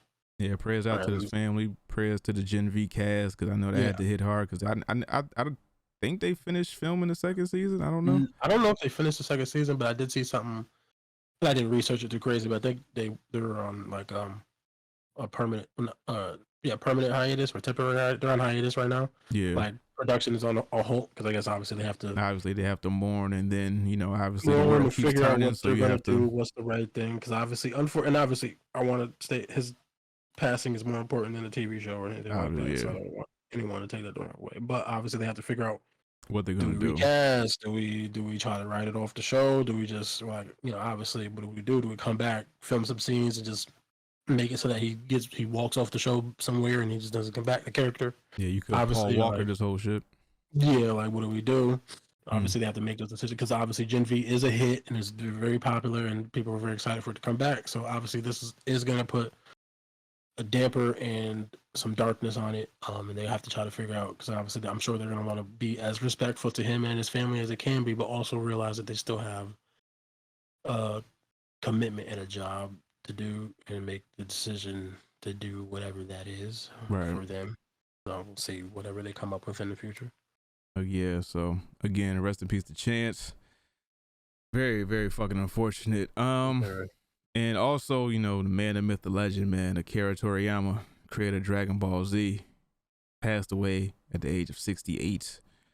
As you know, time has gone on. They said he had a brain, not aneurysm, but he had like cancer. It was something. But yeah, time has gone on where it was like, yo, what the hell was wrong with Akira? But I guess. Oh, I think I know what it was. I think he like fell and hit his head and had like it was acute subdural hematoma. Okay. So he hit his head, brain bleeding, couldn't stop the bleeding.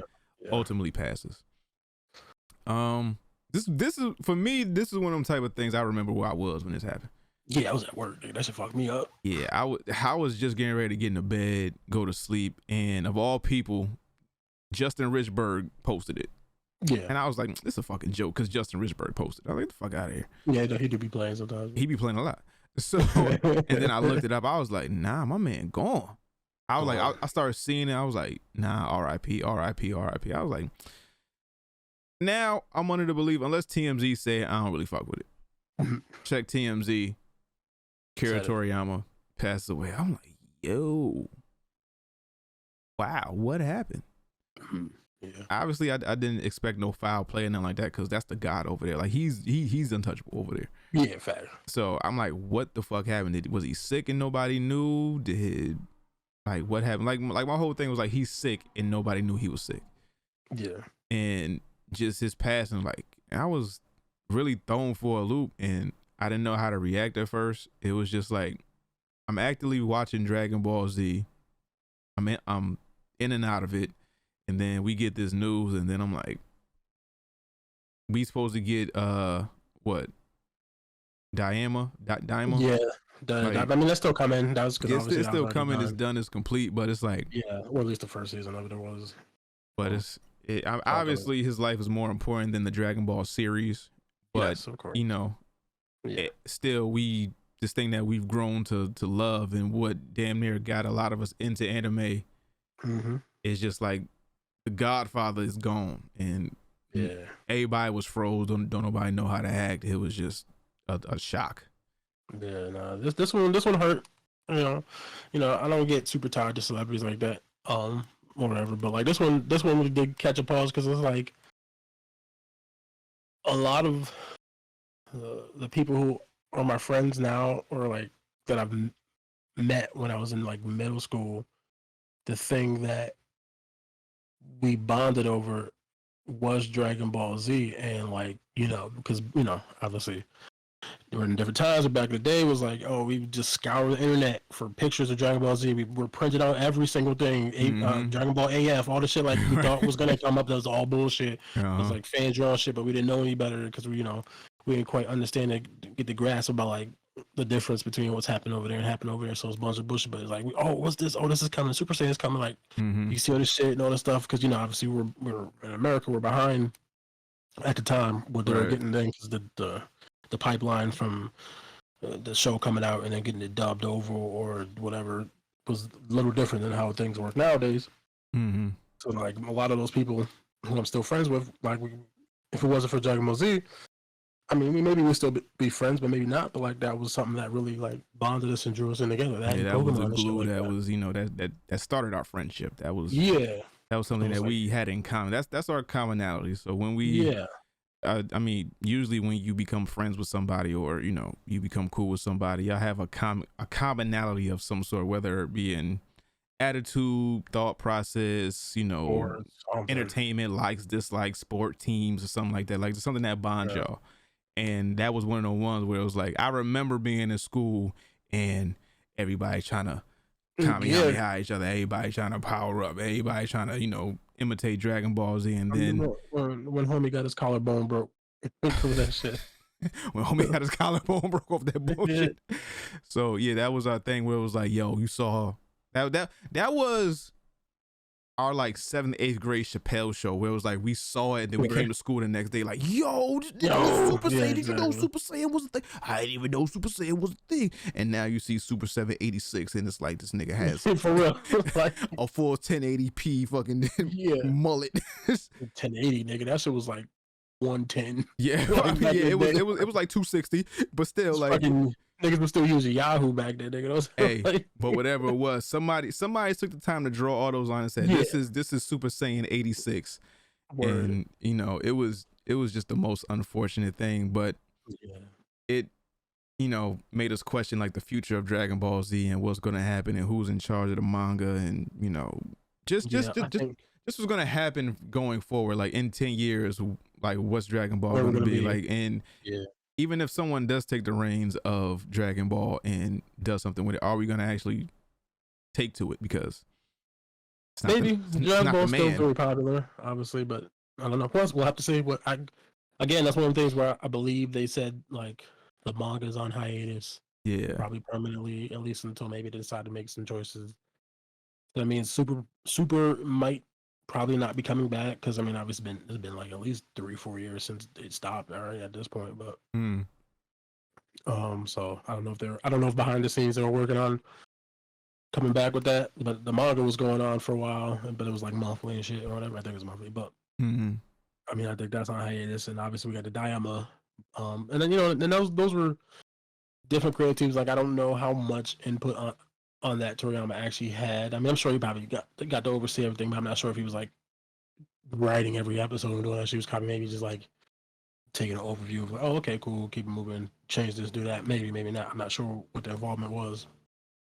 So we'll have to see going forward what that means for everything. Obviously, Diamonds going to come out, and then I don't know if they'll just do the one season they got and then stop it, or if they'll keep it going. Like all that stuff is not information that I've seen anywhere on the internet yet. So I don't know. Everything is up in the air at this point, but you know, as always, rest in peace to the god, Akira Toriyama.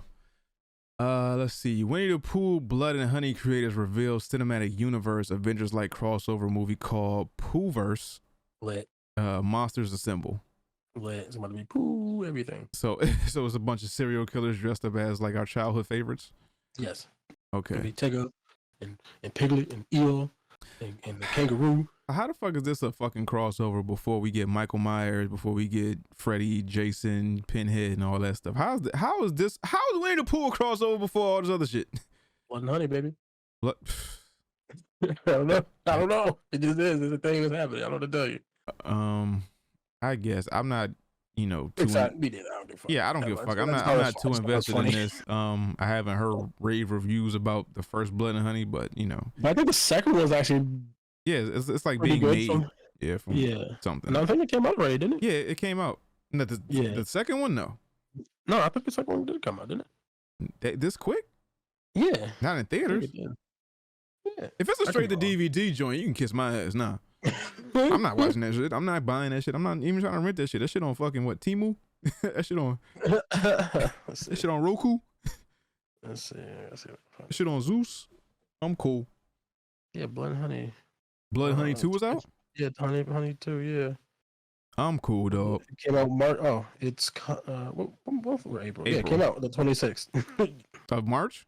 Yeah, I'm cool, dog. I ain't heard nothing about it. I'm alright. I'm cool. Fallout TV show trailer. How you feel about that? Wait, I'm excited. Fallout 3 is one of my favorite games in the world. In New Vegas.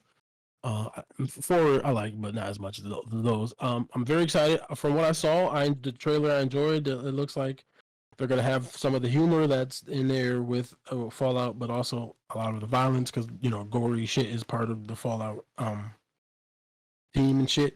So it looks interesting. I think it comes out in like 4 days. I think it comes out like the 11th or some shit like that. Didn't we talk about this? We had talked about before, but like not the trailer. We talked about the show happening, but the trailer came out in between. Okay.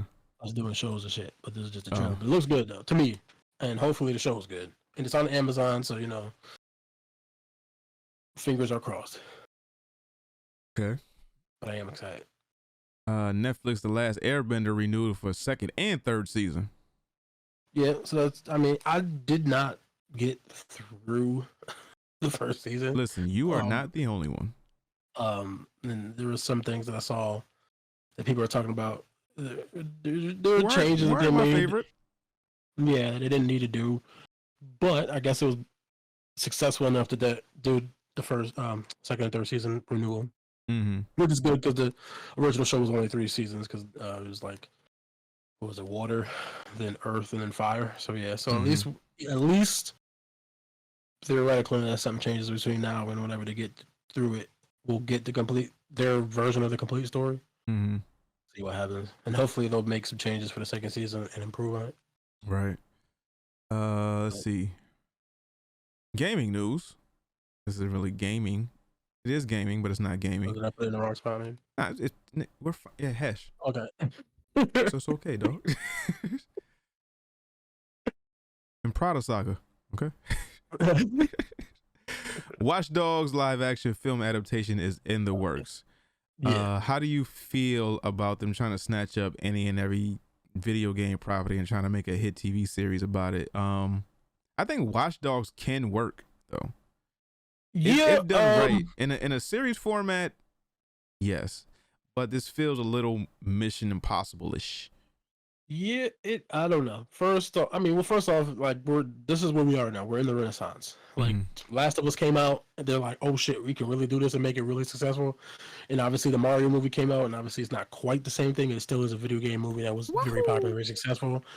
So they're like, "This is the new comic book movie, right?" Comic book movies are maybe hitting their wall, maybe not. Maybe they're gonna refresh, but like we are reaching a point where people are maybe not as gung-ho for those as they once were, but video games are ripe for the picking. So this is what we're gonna do. I think Watch Dogs could work. I guess it depends on what they do. I only played Watch Dogs 1, the very first one. I didn't play Legion, and I didn't play 2. So I guess for me it depends on, because Legion was the one where it's like you could just be anybody. It was like you're like leaving bodies, so it was like there was no main protagonist. So I don't think they'll go that route. So I don't know if they're going. It's just gonna be a whole new character, and just in that world, or if they're gonna do the character from I think his name was like Aiden or some shit like that in one, or it was like maybe Marcus or some shit in the second one. There's a black dude in the second one. So I guess it depends on the route they go with it. If they're gonna just be like, "Oh, everyone is Watch Dogs," or if it's gonna be like a specific person and we just follow this person's story. It's just GTA. You just hack shit and shoot niggas, bang bang. Yeah, kill him and then make a sequel and then make it the black dude. being black. Yeah, exactly. So it's like I think it could work. Obviously, anything could work if it's done properly. Right. I'm down. I'm down with all that. That's common sense. Yeah, I'm down with all that. Yeah, let's do it. Let us see what's next. Star Wars: The Acolyte official trailer. What? The only, well, not gonna say the only gripe I've seen, but one gripe I've seen about this is obviously the Killmonger haircut on every black person, on every black male person. Yeah, we're done with this. We're tired of these white people in these costume design rooms, these writer rooms, these character design rooms, just giving us the exact same haircut on video games, fiction, everything. Where it's like, dog, we get it. All right, this is the popular hairstyle. Everyone doesn't have these little short to the right dreads. You know, some people are bald. They have fades. They have, you know, longer dreads. You know, I mean, I guess thank you for trying. I guess to a certain extent, because it's like it's different. At least I don't know. It's like at least they're trying. This is the point where I scream inclusivity. Yeah, y'all are doing entirely way too much. Like, huh? We thought about you. People don't get haircuts in space, so here you go. You got the Killmongers. You like that? You can't get a lineup in space, dog. You can't get a lineup in space. Apparently, you can. Apparently not. Apparently not, but I'm pretty sure you can. Yeah, I mean, I would like to think so. If we could do interplanetary travel, I think you can get a lineup. You can get a lineup. I could be wrong. Right. What do you think about the trailer? It was good. I like the trailer. I like the action. I think the thing that I'm personally most excited about this is that this is the first thing that is not tied to any well, not in the same way, but not tied to like the Skywalker stuff and all that kind of shit. Like, because this is the High Republic, which depending is maybe about 100 to 150 years before the beginning of the prequel shit. Like, so it's not tied to anything Luke Skywalker, Anakin Skywalker, Vader, Palpatine type, any of that type shit. So it's like they're in a portion of time where they can kind of really just do whatever they want to do for the most part within reason. And the cool thing is you can still have some cameos, because you can do something like, because Yoda's species lives for like 900 years. You can still have like a younger Yoda in there. So you can still do something of that nature where you can still get that little cameo fix for people. But in general, the whole story is kind of open for the most part to tell whatever story they want to tell. I mean, there is a little bit of restrictions because I think, I mean, and again, maybe I don't know how they'll work around it. Retcon it is like, if they have Sith show up, that's not quite accurate, because I think when the Sith show up in the prequel movies or whatever, that's like the first time a Sith showed up in like 300 years or some shit, like a very long time. So if any Sith show up, the people who see them have to die so that the information can't get spread out, because it's like, oh, we haven't seen Sith in 3,000 years, and it's like, well, maybe like 200 years ago you just saw some Sith, so somebody's lying. But besides that, somebody's alive.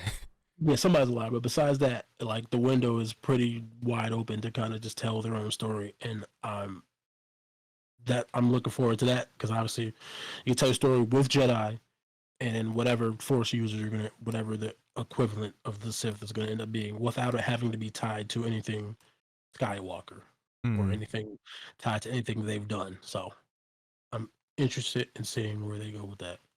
Okay. All right. Let's see. Top gaming characters of all time. Now, there was a list that came out of like they said they polled 4,000 people. I don't know who the fuck these 4,000 people are, but the most iconic video game characters of all time, according to BAFTA. What the fuck does BAFTA stand for? British something. It's British Arts something. It's like the British Actor Awards, I believe. British Arts fuck shit. Yeah. So fuck them, because I don't know who these 400 people are. So going from 15 down,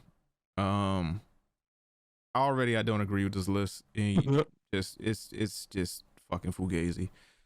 So top 15. 15 we have Crash Bandicoot. 14 we have Solid Snake. 13, we have Steve. I'm guessing that's from Minecraft. Minecraft. 12 is Pikachu.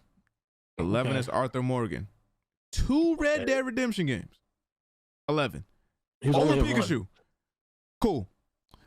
But this is video game character, so yeah, that makes sense. Shadowheart is number 10.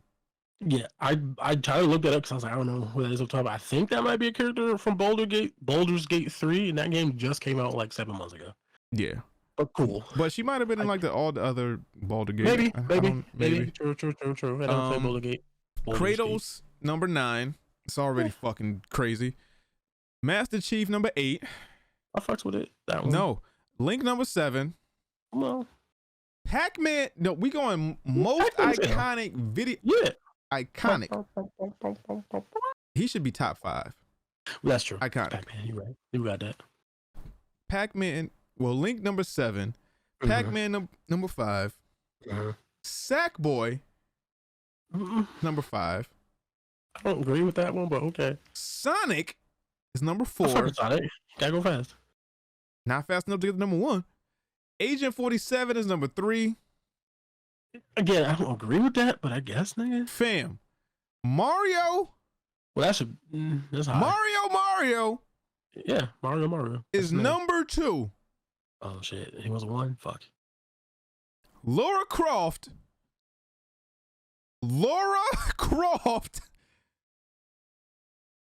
is number 1. Niggas like triangles. Ain't enough triangle titties in the world for me to put Lara Croft number 1. How many Tomb Raider games are there in total? I want to say there's less than 10. Nah, it's probably at least 10. At least 9. At least 10. Let me see. Because she had at least 4 on her own. How many Tomb Raider games is it B?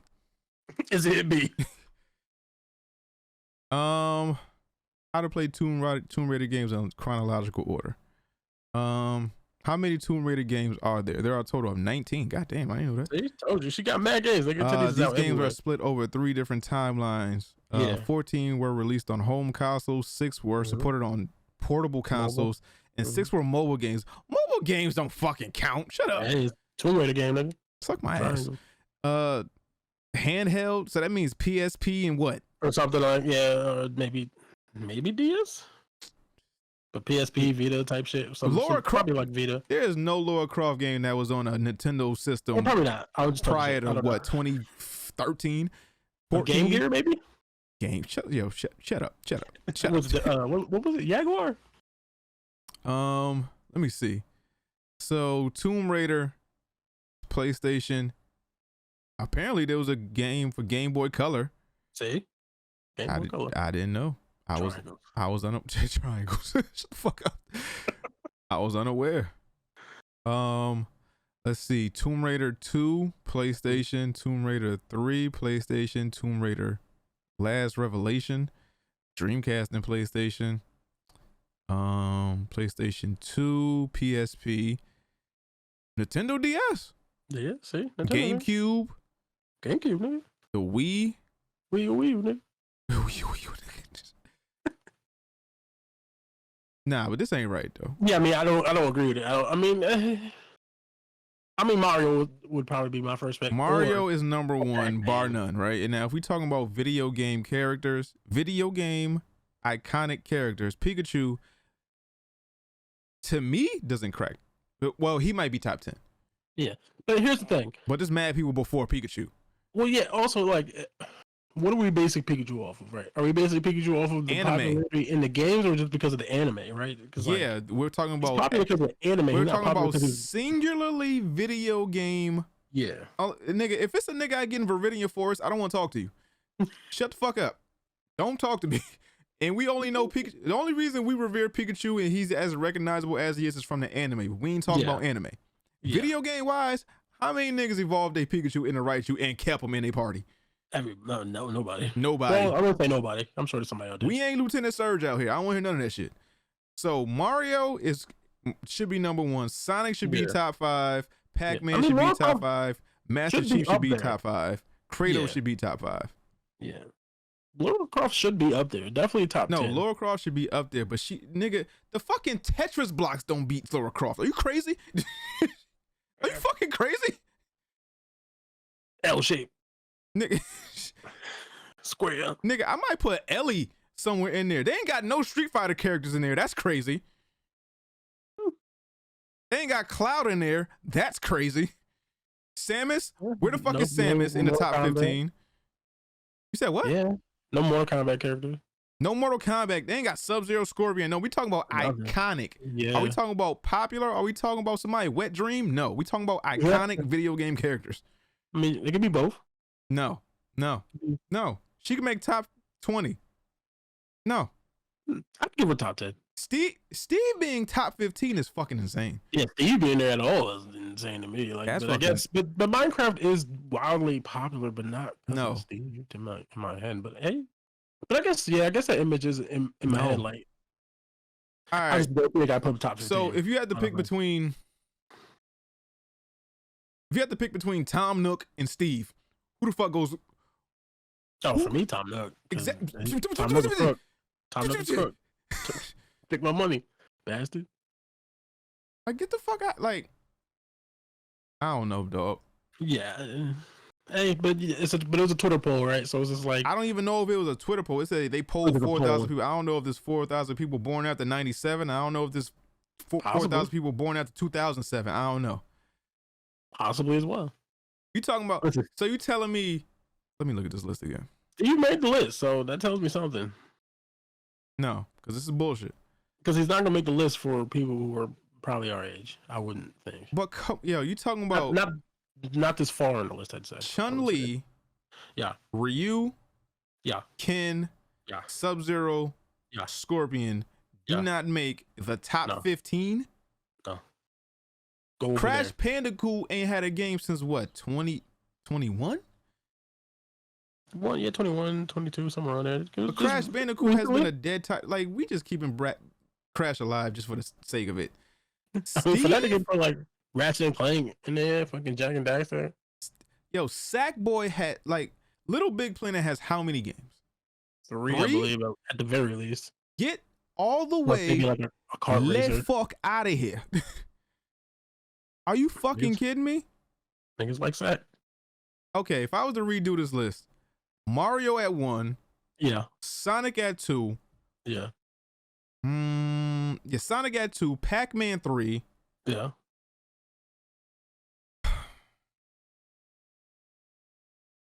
Yeah, difficult, ain't it? No, but Lara Croft might be 14, 15. I might put Ryu makes top 5. I don't give a fuck what nobody say. I do good. I do good. Cloud makes top 10. Link makes top 10. Yeah. Master Chief makes top 10. Yeah. Arthur Morgan makes top 15. I'm not even so sure about that one. Nigga, it's one. He's in one game, nigga. Two. It's a good game, but 2 games. Huh? 2 games? No, there's 2 Red Dead games, but he was only a character in Red Dead 2. Red Dead 1 was James Marsden. Okay. Because 2 is a prequel. But with just storyline and how he, spoiler. What I'm saying, it's a good game. I just don't know if I'd put him in top 20 of most iconics. He's in one game and he died from tuberculosis. Dog, Steve? Yeah, I know. Minecraft? Steve. Who the fuck uses Steve in Minecraft? People. Dog, I just want to know who put this list together. Yo, y'all be making lists. If y'all wanted to do this just for us to talk, cool. But don't be stupid. Don't be dumb. Don't be stupid. I mean, we not doing. I don't want to be the obvious white guy, the DIE motherfuckers. But Lara Croft don't belong number 1. Don't.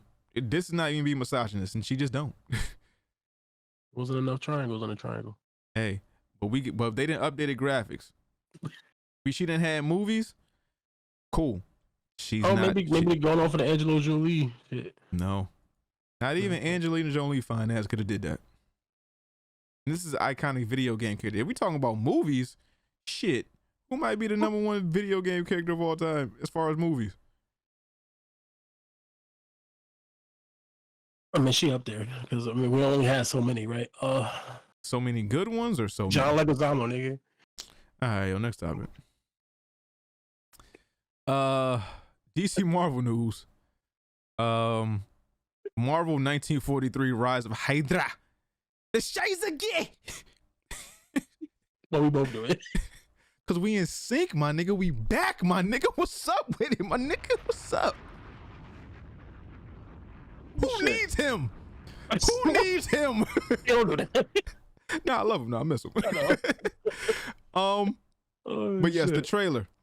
Yeah. It premiered during the Gaming Awards. I want to say. No, it was it was some shit. I don't it was remember. like a gaming showcase or something like that. Yeah, it was like a show. Was it the Unreal 5 shit? I don't know. They're just showing off because I think it's made in Unreal 5 engine. I don't know what listen, nigga, it's been like 7 months since we did the show, so like yeah, it's everything's blurring together. Everything is everything. Yeah, so it premiered somewhere, but yeah. What? Fuck y'all. Whatever. Yeah. But we love y'all, but fuck y'all. Yeah. Yeah. Dojo is gang. The Dojo provides, but fuck y'all. Facts. Trailer. Nah, it looks good. Looks good. Yeah. Trailer is amazingly acted out. Graphics look amazing. Yeah. But we all know that we can be fooled by the trailer graphics, the trailer dialogue, the trailer everything. They can make it look sparkling, shiny, fucking what's past 4K, 8K. They can make it look amazing, and then we get the game and it runs like a PS3 game. Yeah. So that's a fact. It looks amazing. They got the right actors. They got the no lip Captain America that doesn't look, you know, brashing or debonair. He just straight America. He looked America, like fuck yeah. He looked like a, you know, like a George Floyd person. Don't do that, nigga. Okay. Stand on next. Yeah, he looked like he's standing on business. Yeah, stand on business. Business is crazy for that, but yeah. He looked like a blue stripe motherfucker. Yeah, he definitely got a fucking American flag with a blue stripe to wear. Yeah, he definitely got he definitely got a RAV 4x4 with a blue stripe on the back with a skull on it. Merc. That nigga definitely got a Jeep Cherokee with no doors on it. With no doors on it. Proud to be in America. He definitely a tough mother, nigga. But trailer looks good. It's acted amazingly. It's, you know, obviously because it's in 1943. I think it's T'Challa's grandfather. Yeah. It's 4 playable characters. It's Captain America, then Captain America's boy, and then I guess probably one of the Dora Milaje. Yeah, Dora Milaje, and then Black Panther. Now, is he the first Black Panther to receive the powers? No, I don't think so. I think they all got them. I mean, you know, they don't all have them, but they had the flower, and then they pass it down. Yeah. Like it's a bloodline thing. Like you can only get this if you're of royalty. Yeah, I mean it's comic books, so I mean, so it's a video game. Is who knows what history version of that they're gonna go with? So who knows? We'll see. But I'm pretty sure he got the powers because I'm pretty sure they're gonna do 2 people with powers and the 2 people without powers. Yeah. That'd be nice. Is it going to be 4-player co-op? I don't see that happening, but maybe like a 2-2 where it was like you either play as America or Black Power. I would prefer single player. I mean, I don't know. That's you, because you don't like nobody. All right, too shy, nigga. Watch out, No Smoke. That's a good point. I did not. I didn't think about that. I guess it could be multiplayer. I didn't think because why else would you make sure to put 4 people in there? Because I mean, you would want the 4-player co-op. Maybe they're gonna. I feel like this is a 2-player thing. Yeah, it may be. It'll be couch co-op, but also online co-op. But I think it's 2-2 where it was like. There'll be a mission where they actually become friends and they work together. Like, you go this way, I go this way, and then you choose whoever the fuck you want. But then it's 2-2. It's nothing like all 4 of us are gonna be going on a mission. Like, hey, you know, one, like, even if we have 3 players, like 2 go this way, 1 go this way, but you got a computer. I think it's gonna be a 2-2 thing. Yeah, I think they're just beefing in the trailer. I think it's early mission shit. Like, they're gonna do some shit that they're gonna fucking meet up. Like, oh shit, we working for the same shit, and just start working on the same side. Yeah, for real. Like, I think it's just for the trailer type shit. Yeah. So it looks good. It looks real good. And it did look. I think it's supposed to come out next year. I think it said. Hopefully. Yeah, it's supposed to come out sometime next year, but we will actually see. Speaking of fighting and stuff like that, have you seen a request for that people have been doing on Twitter for Tekken to add the Waffle House? Yes, I hope they do it. Yeah, I really hope they do it. The guy, I don't even gonna try to pronounce his name. Don't ever do it. Katsuhiro? Okay, that works. Harada? Yeah, that works. Cool. He got so many tweets and some about it. He was like, yo, please tell me why, because I am a Japanese man. I'm not from Atlanta or from a southern state. Why do y'all want this thing? He was like, yo, it go down at Waffle House. I feel like if you south of New Jersey, you should answer this. I need all southern states to answer why. I need y'all to give videos. I need y'all to give examples, stuff like that, just to make this a thing. I was hoping that this tweet got over like 10,000 replies, but hopefully at some point it happens like a DLC, a nod or something like that. I would love to see Waffle House in the background as I whooping somebody's ass. Yeah. Whether if that's something you gotta pay for, I'll pay for it. Yeah, no, he responded. He was like, because this is probably not gonna happen because he'd have to get permission from Waffle House themselves because obviously it's a trademark thing and they own that. So like to have their logo and shit in the background and shit. And then I don't think that they're gonna do it because I don't think they want to be associated with the fact that violence happens in their restaurants. But violence happens in your restaurant. Yeah, but knowing it and then like promoting it in a way is different. No, but like lean into the joke. I mean, that's what I would prefer. That'd be like, I would prefer you lean into it, be like, hey, we don't call for this bullshit, but the bullshit does happen, and we are aware that we make the most fantastic of meals, but there is bullshit that happens after hours. Yeah. I'm with it. I want it to happen. God bless America. That's funny.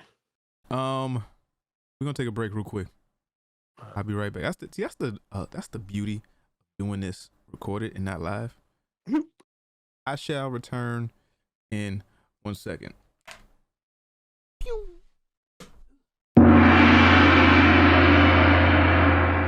And with the power of editing, we are back. Let's see. DC Marvel news. Fantastic Four's main cast officially announced by Marvel Studios. Yeah. Now, are we excited for the movie to come out now that we've seen or heard of the cast? Yeah. Cousin. Yeah. So like, it's was it Pedro Pascal is gonna be Reed Richards. Okay. I think was it Vanessa Kirby is her name? See if I can pull it up. Yeah, let's see. Pedro Pascal is Reed Richards. Vanessa Kirby, that is that Jack Kirby's daughter? Nah. Did you ever watch Hobbs and Shaw? Yes. Jason Statham's sister. Okay. I'm not mad at that. Yeah, not at all. Not at all. Internet lied to me. Yeah. So she's gonna be Sue. Then the dude, I think he was in Stranger Things. Who, Joseph Quinn? Yeah, I think he was in Stranger Things. Is that whatchamacallit brother? Yeah, I think it's the one with the one with the hair. Yeah, the jean jacket, sexy flexy ass nigga. Yeah, I think so. Yeah, I think that's him. And then Ebon Moss, Bacharach. Yeah, Bacharach. Is Ben Grimm, aka the Thing. Cousin. Yeah, cousin. I can't wait to see Cousin. Clobbering time, cousin. Yeah, it's clobbering time, cousin. Yeah, nah. I mean, yeah, I'm excited because obviously I think Pedro Pascal's a very good actor. I think she's a very good actor. I never really watched Stranger Things, so I haven't seen anything that gentleman's in. Oh no, he's good.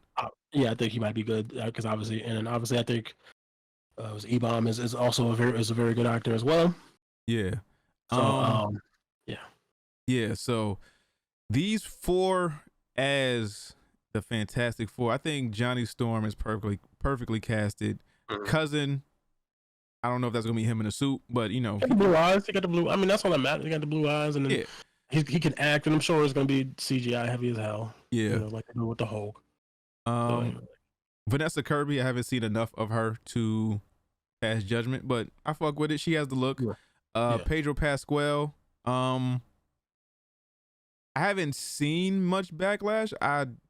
obviously, well, not obviously, but I like his acting chops. I like what he does on screen. I just want to know if people are going to have a problem with him. Is he of Latin descent? Yeah, he's Chilean, I believe, but don't quote me on that specifically. He is Latin, not American, Spanish, Anglo-Saxon white man. Yeah.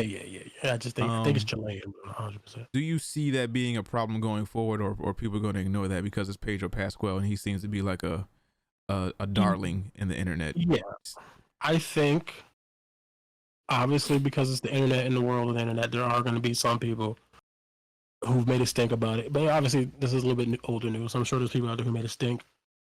But also, you look at The Last of Us, and Joel in the game was a white man, and obviously Pedro Pascal did his thing in the show. So I think that might help. Did that shit for job security then. Oh yeah, absolutely. I know I'm gonna die, so I need something going forward. Yeah, exactly. So I think that might curb some of people's complaints because it's like, well, he did this thing over here that's supposed to be a white dude, and he did it well. And obviously, if you know anything about most comic book characters, there is a very small number of comic book characters where the race and gender of the character actually really matters, actually affects the character that much. Speaking of gender, I know. but yeah, no, I think obviously he's a good actor, and we'll see, right? I mean, obviously, I'm not all the way in the doom and gloom about the MCU. I am very much going to give them the benefit of doubt and see if they can pull themselves up from where they are to achieve something, and this seemingly is a good step in the right direction. Now, will the movie be any good? Who knows? Will this be miscast? I mean, that's the one thing the MCU has gotten pretty well, I believe, for the most part, is their casting. I don't think they have a large number of misses in their casting portfolios that I can think of off the top of my head. I'm sure maybe there's a handful, maybe mismatches here and there of maybe more minor characters, but in general, I think they've done pretty well casting-wise. So I will continue to give them the benefit of the doubt. Yeah, I haven't seen many missteps on Marvel's behalf. Maybe just the property didn't do good, but the actors or the actresses brought it, exactly their A game. But the movie might not have done as well as but I think the people that got to do the roles did what they were supposed to do. That's all the public perception and how we take it as viewers. So necessarily isn't a what's the word, indictment on the cast. So yeah. Let's see. Do you want to go to Silver Surfer or we want to go to Venom? Yeah, I didn't even think about moving that up. Yeah. So Julia Garner has been cast as a female Silver Surfer in Fantastic Four. You're gonna have to murder me. Yeah. Now I don't read Marvel comics. Same. Not really. Is there a universe? I mean, obviously there has to be a universe, a multiverse where there is a female Silver Surfer. I mean, you can actually make Silver Surfer male or female. The storyline is still the same. Where it's like you killed my family. It doesn't have to be gender specific. Yeah. So to answer your question, yes, there is a female Silver Surfer in the comic books, and then to anybody who has any type of issue about that.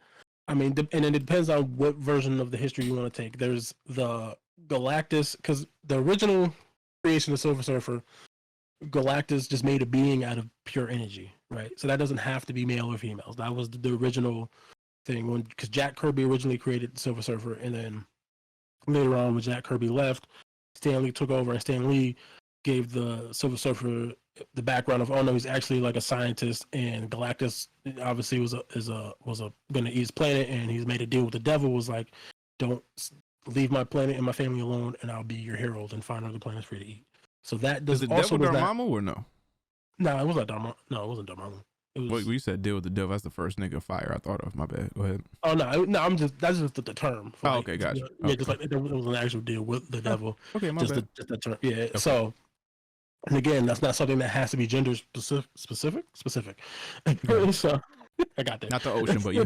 Mm-hmm. So again, it's one of the things where it's like I'm not freaking. First off, I try my best nowadays to not freak out about casting, because every time everyone's ever freaked out about, especially in recent days, about casting in superhero movies. Then you get to the movie may not be the greatest, or it might not be the best, but then the person shows up and is like, all right, you didn't knock it out. Ben Affleck, Everybody's crying about Ben Affleck. Ben Affleck did fine. Joaquin Phoenix did fine. Obviously, the major one, Heath Ledger did fine. Back in the day, it was Michael Keaton as Batman because he was like Mr. Mom and shit. But he did that, and everybody, and, Keaton is Batman for everybody. So it's like everybody always like gets all of their titties twisted about fucking casting, and then for the most part, it generally turns out pretty well. Mm-hmm. And again, we were just speaking of how there haven't been really a lot of misses casting wise from Marvel, so I will give them the benefit of the doubt. And the Silver Surfer does not have to be a man. Mm-hmm. There's nothing in it that's like, oh, this is like it being a female character is going to ruin it. Also, we don't even know the interpretation it might take. It might be like some androgynous shit where it's like it's a non-sexual being because it's a being full of energy. And so maybe they just made the body a woman. Who knows? Mm-hmm. But yeah, also the other important thing, well, I don't know if it's important, but I think a lot of people suspect that one, the Fantastic Four is not taking place in the main MCU universe. Mm-hmm. Because if you look at some of the artwork stuff that they released, it looks like it has a very like in the 60s feel and look, and it's like, and obviously, so if Reed Richards and Sue and all them motherfuckers existed in the MCU as we knew it, and like we would know about that, right? They couldn't just have existed and did whatever they were doing and then not and now no one ever mentioned that.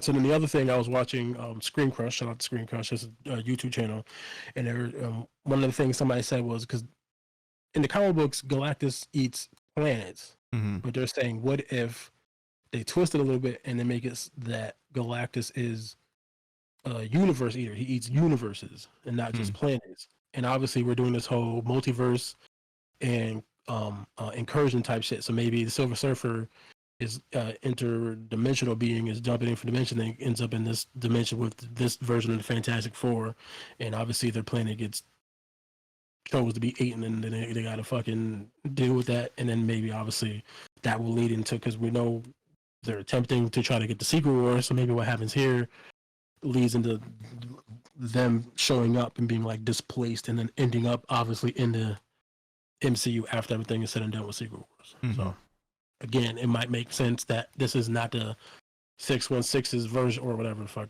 MCU movies version, right. Version of Silver Surfer. This is like another dimension Silver Surfer, so they still could leave room for the male Silver Surfer too down the line if that's something they wanted to do. Yeah, this isn't the last Silver Surfer ever. Yeah, it doesn't necessarily have to be. So don't freak out yet. Watch the movie. How do you feel about Lakeith Stanfield's comments when he thought he was in a run to be Silver Surfer? I didn't see what he said. From what I saw that he said, but I didn't actually like research it, was like he was just like disappointed because he thought it was going to be him, or he was doing the work or whatever, and he thought he was going to get picked. Which is, it happens, man. It happens. You thought. I mean, like, you thought, but I don't think he thought he was going to lose his job, or even if he was in a running for the job. I don't think he thought he was going to lose his job to a woman. Yeah, well, because when we think Silver Surfer, obviously we think, male or male adjacent, or masculine presenting. Yeah. So And the last time we got Silver Surfer, Lawrence Fishburne did the voice, so some precedent for that. But yeah, you lose jobs sometimes. It sucks. I mean, and I think he could have. I think he could have did a good job too. Like, I'm not even, so I don't want to say like that would have been a bad choice. Yeah, I've been seeing a lot of movies over the past few months. I really like The Book of Clarence. Yeah, I haven't watched it. Is it really good? It's interesting, right? Like 1 to 10 scale, I give it like a 7.58. It was a really good movie. Kept me intrigued the whole time. There's comic relief. There's seriousness. There's scenes of graphic nature. There's emotional parts. There's romantic parts. It was a all around good movie. So if you get a chance, that's not my pick, but if you get a chance when it comes on streaming or comes on DVD, if you find them, go ahead and check out The Book of Clarence. I also watched the Bob Marley movie. Great movie, inspiring movie. Men, stop being so masculine and go to the fucking doctor. Take care of yourself, because stop thinking Jah or Jesus or God or whoever you pray to is going to cure your shit. Just go to the fucking doctor. Get some actual herbal 616 medicine. All right, just go. Okay. Yeah. But yes, Lakeith was kind of bummed that he didn't get the job, which is understandable because obviously the MCU is still a thing. He's like, oh, it'd be cool to get in there and do the superhero shit, be the Silver Surfer, which is a cool, interesting character, right? It'd be like pretty iconic character. Yeah, but you lost to a white woman. You lost to a short 115-pound maybe white woman. Yeah. Nobody expected it. I didn't expect to see that coming. Me neither. Did I see? I don't think I look for a lot of backlash, but usually on my timeline they show me stuff that I'm really not looking for, so I didn't see a lot of it. But I'm pretty sure the weebs and the fucking diehards came up like, oh, I can't believe they doing this woke inclusivity shit. But it is what it is at this point. Yeah. But I haven't seen it, but I know it's out there. Yeah, it's out there. So I'll just wait till the movie drops. They ain't have nothing to say, or they had less to say when Pedro Pascal was cast as Reed Richards, a notorious white man in the comics. But we'll see. Yeah. Let's see. Interracial relations. I like that. Let's see. Marvel shocker. X-Men 97 creator Bo DeMaio fired weeks before premiere. You just gonna skip the other one? Yeah, we're gonna say that for last. Now what he do to make the nigga so bad? Because when I first saw this shit, because this is obviously before the show came out, I was like, all right, so even in this X-Men 97 thing, I took a look at the show titles. Nothing really jumped out at me as far as like, all right, this is some woke shit or some extra overt homosexual shit. But I said either he did some wild woke shit in this or some wild extra overt sexual stuff in this, where it's like you making everything just not what we grew up on, and it might be some behind the scenes stuff. I don't know. I think it's behind the scenes stuff because so far, obviously, as of recording, it's only 4 episodes have come out, and I think it's only going to be 10 for the season. Well, when this drops, it'll be 5. Yeah, I haven't seen anything over the top. Obviously, not over the top, because by the nature of what X-Men is and all that kind of shit, there's going to be some of that tension. Comparative to what we've seen in the Saturday morning cartoon X-Men, Morph is trying to fuck Wolverine. Magneto knocked the bottom out Rogue shit. Gambit jealous, my man. When he dropped the queen, the queen card. When he dropped the queen, my man, yo, that hit me right here, dog. Nigga lost his queen. He lost his queen, dog. Powers ain't been the same since. But now they getting real comic book specific. So, Forge, he a simp too. He said, "I love you," and he only knows Storm for like 2-3 days. All it takes, fucking. That's all it takes. I get some of that.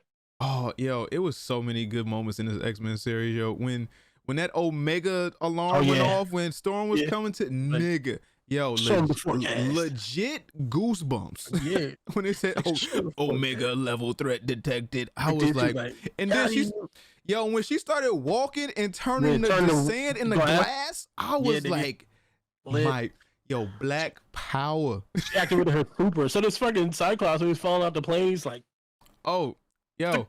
She's like, when they hero-led shit. This resurgence of Cyclops is about to be some of the illest shit that we did. Like, this is the biggest, not heel turn, but this is some of the biggest 180 that we've seen in character development ever.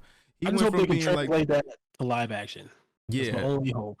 And then, I'm not holding my breath for that, but at least we got this. I don't know, but so far so good. I don't have a problem with anyone's character development. I don't have a problem with any storyline. I'm glad that I'm getting to watch this. How it's comic book accurate, and I don't know what Bo did. Yeah, but it was nasty. Where I guess maybe he had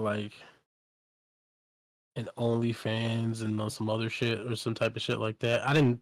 I saw something. I didn't research.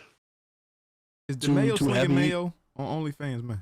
He was doing something. He must have did. He did something, but which is I don't know. But this also makes you concerned, right? Because he was the showrunner and the show turned out good. So if they get rid of him, are they gonna lose the sauce for the coming seasons? Nah, because if they're being comic book accurate, all you gotta do is follow it to a T, and then put your own little sauce on it. It may be worse, it may be better, but as long as it's comic book accurate, I don't see us having a problem with it.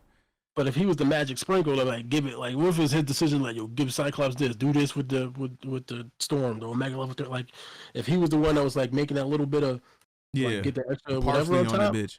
Yeah, so like, then we don't get a season 3. Yeah, because I think it's already renewed for season 2.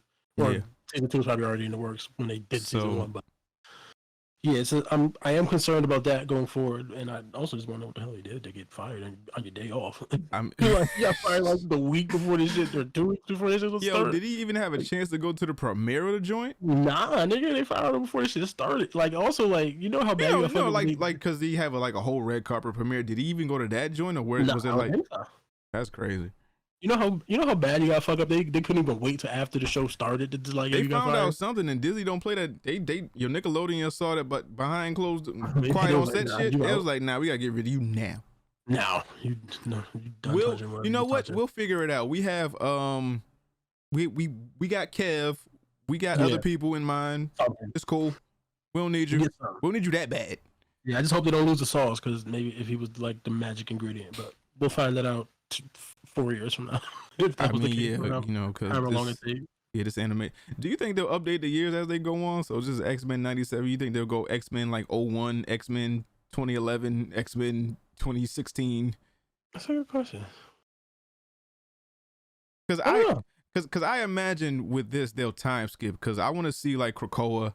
I want to see like other timelines. Not obviously, but Professor X isn't gonna stay gone for long. Well, I don't know, because I think the only issue with that, it would age the characters up too much. Like if they actually did it in chronological, you know what I mean? Like actual chronological, because it's like 20-something years. But we got 5 seasons of the characters that we have now. Mm-hmm. I think it would behoove them to have, obviously the OG, like the leader. They'll have somebody from the old regime there, but it would behoove them to bring back, new characters or bring in new characters. So they would bring like Kitty, they would bring Colossus, they bring they already got Sunspot. Who else? They could bring the X-Force in. They could put in Deadpool. They can bring in Iceman. They could do a lot of shit with this. They can bring in a whole, but like the new younger group, whoever they are. They could do that, but I'm just saying, if they update it, if they make it like modern day, like, so like if Cyclops is 30 right now, 20-something, he'll be like 50-something if they made it like 2024, 2025. I mean, it's gradual. So, if this is 97, maybe they'll do 01, 02 next, and then after that they'll do such and such, and then they'll do such and such. All these characters have to age out. Yeah, I mean, I guess they could do that, but then Magneto definitely gonna die because he's like a Holocaust survivor. I mean, so he's like, I'm pretty sure he could put something around his heart to keep his blood flowing. I guess he would use the magnets, put a little metal pieces in there so he could just pump his own heart. I mean, hey, that's what I would do. Yeah, yeah, I don't know. But if you, I guess it depends on how this ends. Yeah, if you want to give me more 97, then I'm cool. Yeah. Any, I guess, prediction on what Bo might have did? He was flashing pain. I mean, I don't know. I don't know. I think he's probably maybe. If I'm going with the logic in my head that this man's name is Bo. or Bo DeMeo, and with the quiet on set stuff, it has to do something sexual. I don't know. I hope that, or he's just difficult to work with.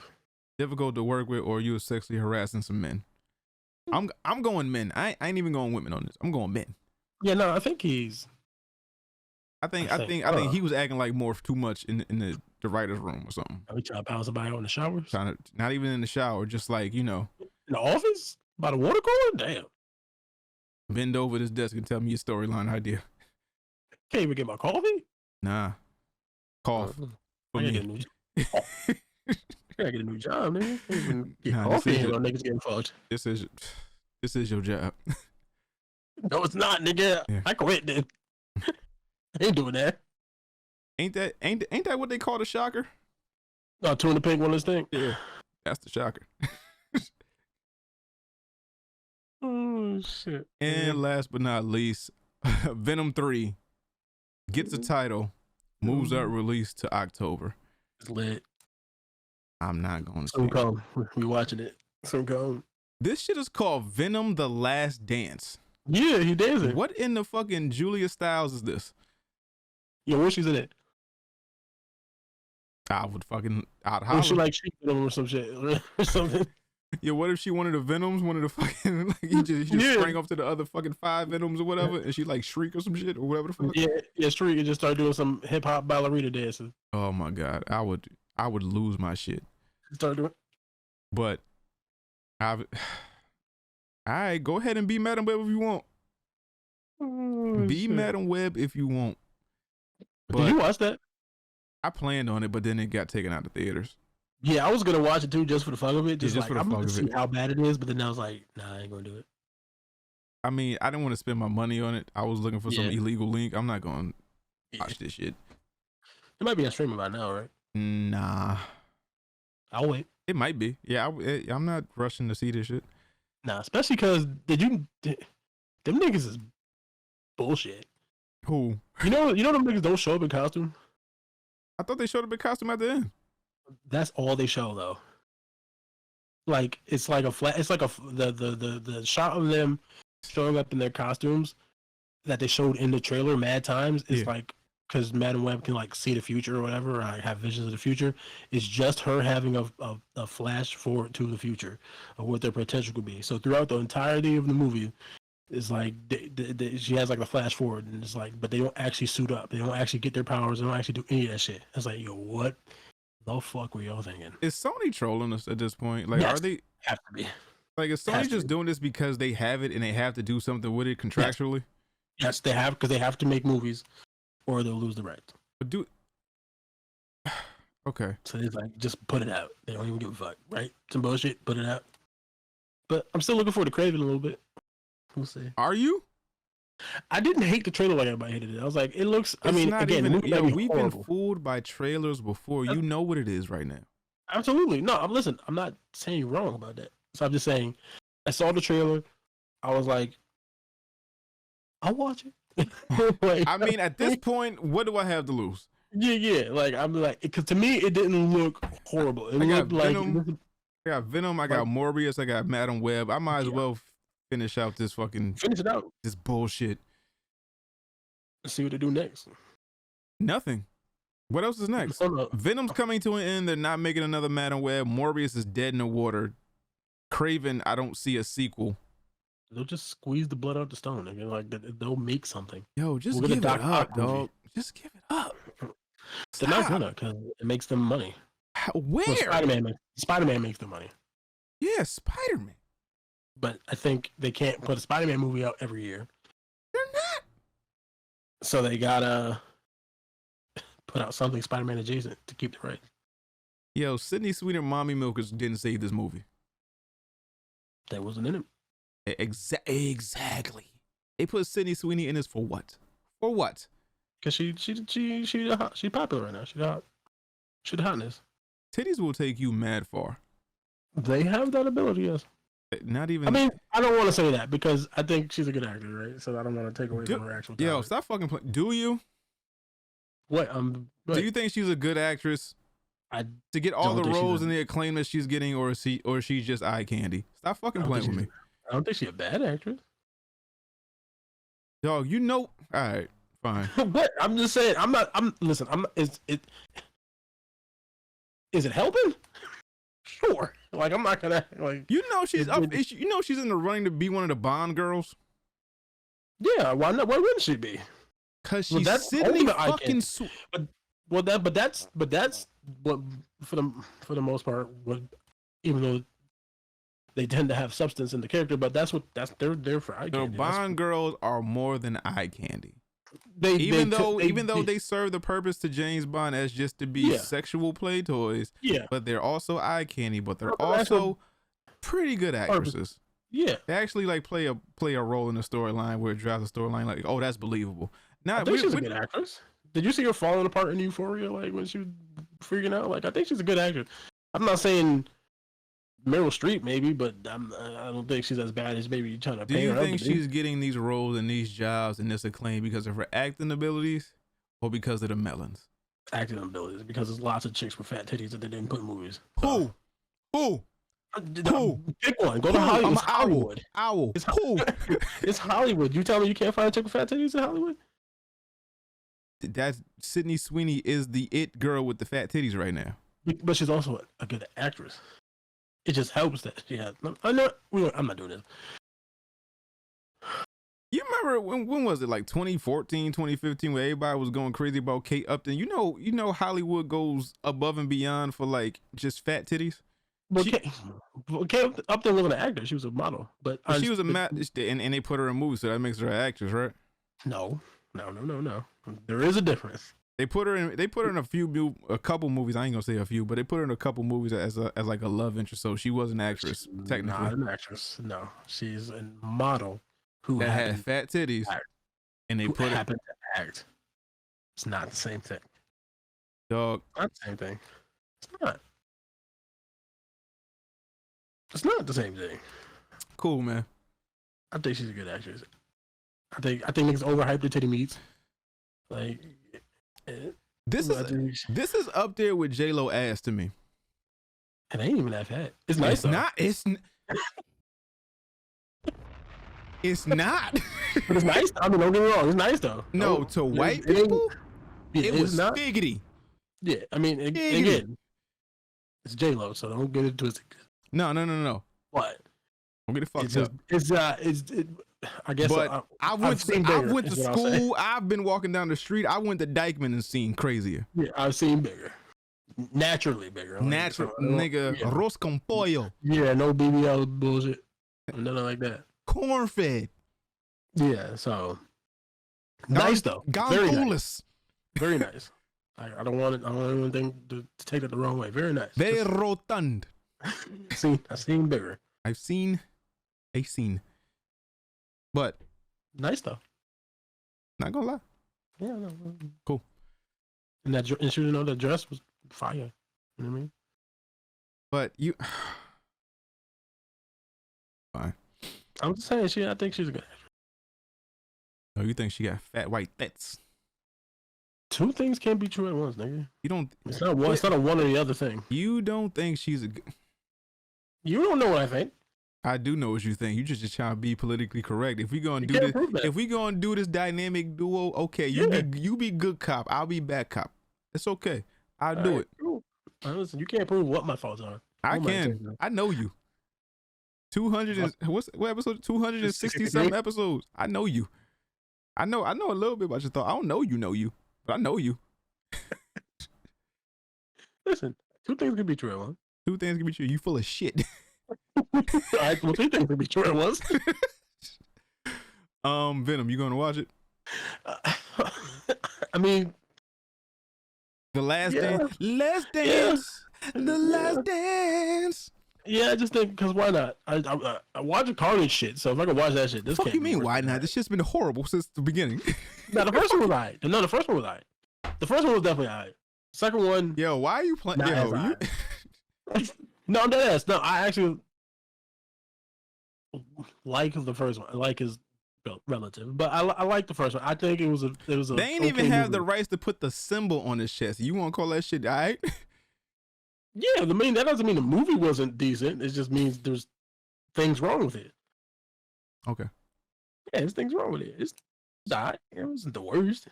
Second one though.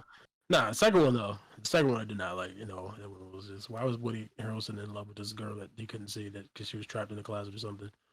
It was weird. I watched Love Is Blind. I can see it.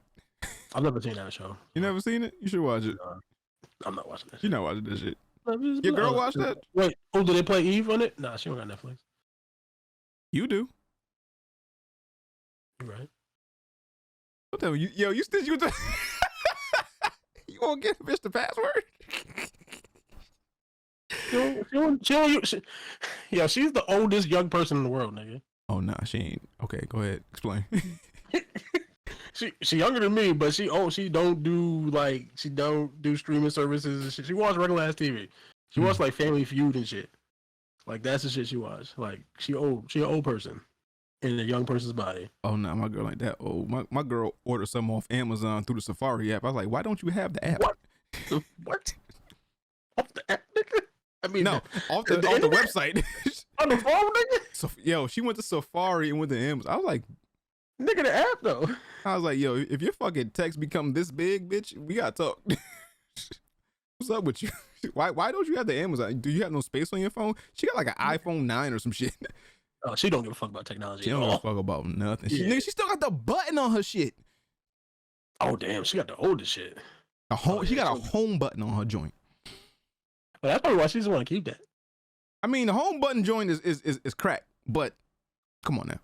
Yeah, that's like 20 phones ago. I need you to give it this. She don't do Uber Eats. She don't do nothing like that. I'm like, same here. My girl, she don't know how Uber Eats. She don't do DoorDash. She don't do none of that shit. She don't fucking no streaming service. Like if I don't set it up for her, like put it on, like she don't know how to navigate through that shit. Does she still go to the bank and cash her checks? Like what the fuck is wrong with her? She don't get direct deposit. I feel like she don't. She has I think she got direct. So here's the kicker. She has direct deposit, but the bank that she uses, her mom works at the bank, so her mom could just do all the shit for her. Like her mom, I think, because her mom is like the woman who like oversees all that like the money going into people's accounts type shit, so she could just kind of handle that shit for her. Nah. Yes, so she don't got to touch on that. So that's like, just Abigail. Push it through. Yeah, my mom got it. Right. No, I'm like, I don't want to. Nah, don't. She gonna hear this and she gonna. Nah, don't get in trouble. Nah, on account of me, because now I can't blame Bobby. Don't get in trouble because of me. No, I don't think this is horrible, but you always think it's not, but then it come back to me like, yo, she don't like that shit you said about. I ain't even fucking say nothing. We just have a conversation. I ain't fucking do nothing. Fuck, I'm gonna say it anyway, but we'll see what happens. Pray for me. Nah, but like she never like used the ATM before. She never used the ATM before? Didn't have to. Mom works in the bank. She's like, "Oh, Mom, bring me home some money." She gets out of college. Huh? She's the only child. Give a fuck. What the? She's the only child. Yeah, I can't date nobody that haven't been through nothing, yo. Like normal shit. She's the only child, nigga. Like I need a bitch that had a fight that been through at least like she was around one shootout, something like that. I can't be with a bitch. Not the shootout part, but I feel you. Like somebody got stabbed, somebody died at her school, something like. I was just like, huh. I was like you got to have one family member on drugs. I don't think so. Yeah, I can't fuck with it. Yeah, no, not that I know of. I mean, I don't know. They have a small family, so I think. Yeah, she got to have a cousin that she don't talk to because every time they talk to her, they ask for money, type shit. She doesn't really have any cousins. You know what? Her mom has one.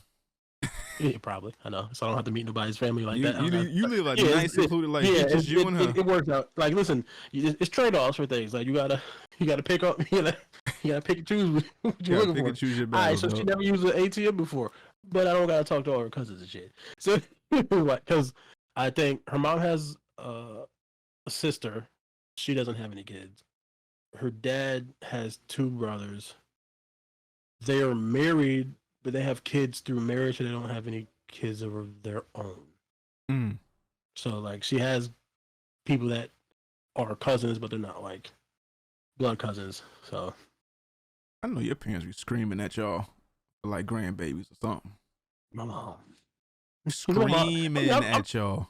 I mean, maybe I did throw this on the show before. I remember one time I was like, this might even be before I was even dating her, but I remember one day my mom I don't know what the fuck, we was just talking, she said some shit, and she was like, you know you don't have to wear condoms, right? I was like, yo, chill. Yo, moms be the illest, yo. They be the first one ready for grandbabies, because I'm feeling that shit now. Because, not saying I'm waiting for grandbabies, but I felt a little. Don't fuck nothing until you like 25. Be horrible at sex. Cool, whatever. I don't give a fuck. It take 2 seconds to make a baby. Be fucking horrible at sex. But I felt a way when I couldn't pick up my youngest no more. Oh, so now, like, she getting to that age where she's long and she heavy. So I picked her up the other day. I was like I tried to pick her up under her arms. I was like, yo, you gotta jump, like, for me to pick. I just can't. You start. Yeah, I just need to I need you to bend, jump, and then I'll take it from there. I was like, you know what? Like, help me. I was like, you know what? It's just time to have more babies because I'm not doing this with y'all. I don't know if that's the. I mean, fuck it. Nah, in my head it makes sense because once I couldn't pick up my oldest no more, that broke my heart because she's a big girl now. But then when my youngest I couldn't pick her, I was like, oh fuck. Oh shit. I probably she about to be 9 this year. I probably got not even till she's 9. I probably got a good 8 more months until she's like unpickable. Yeah. It's sad, but I can already tell. Pop. I can already tell I'm pop. I don't give a fuck. I don't give a fuck what y'all went through as kids. I don't give a fuck what y'all went through. I am here. Pop. I'm treated different. No, I'm gonna be on my porch with my whiskey. Let that baby have that popsicle. Fuck out of here. Have all the sugar you want. I don't care. Popsicle for breakfast? They ain't gonna die. They be alright. Shut up. Whatever. They be alright. Shut up. You didn't die. Yeah, you didn't die. I got this. All that bad shit that your grandmother let you eat. Shut up. Yeah. I got this now. I don't know. At this point, I think I'm just a little too old for kids. Who? Me. I do. I think I'm too old. Cause I'm gonna be like old when Robert De Niro 150. He just had his fucking last baby. You're right. The fuck but you I don't want about? to be 150 with a 5-year-old. Like, can't pick him up. Like, you can. My back, my blood, my back. No, go ahead and get sick again so you can lose that weight. You be alright. Lose that fucking 15, 20 pounds. You be alright. Pop, be running around the backyard in no time. I'm telling you, kids will change your life, man. I don't know. You're too caring not to have kids. You're too much of a good guy to not have kids. Maybe put that down, but still. You're too nice of a guy to not have kids. And I don't know. Your first one's always the hardest, but you got her parents, your parents. Yeah. And then you want to give your mom something. I don't know. It depends on the day of the week, you ask me. Some days I'm like, you know what, fuck, I'm gonna do it. And then some days I'm like, nah, don't do it. Yeah, we only getting older, man. I know. I don't know. She keep trying to. She don't get in trouble again. Do not get in trouble because of me. I mean, it's probably too late, but I'll let you know. Got you. I mean, well, I got time. She might not get this far in the show. Who knows? I mean, it is going on 3 hours. Yeah, it's not live. She might not make it that far. We'll see. I might just cut it out. And it'd be your fucking luck. Every fucking time. She'd be like, "Oh, this your first podcast back in 4 months? Let me see what that was. Let me see everything you talked about." Exactly. Did you mention me? Like, yeah. Yeah, I did. Fuck. But you'll be all right. Yeah. But Venom, hopefully I throws you off and you'll just stop listening. Yeah, Venom. Yeah. Comic books. So that is it for topics. Yeah. All right. So Hesh, what do you think we should post the interview about? Should we post and bleep this out? So should we post?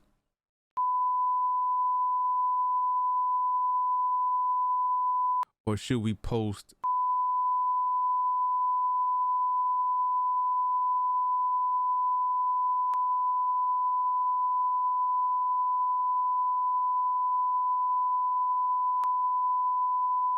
Let's do Mark Cooper.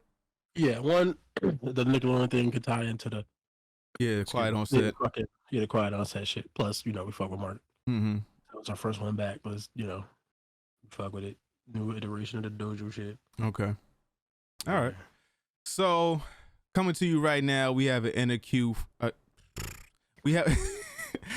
So coming to you right now, we have an interview from the one, the only Mark Cooper. He has a new mixtape coming out called The Orange Tape.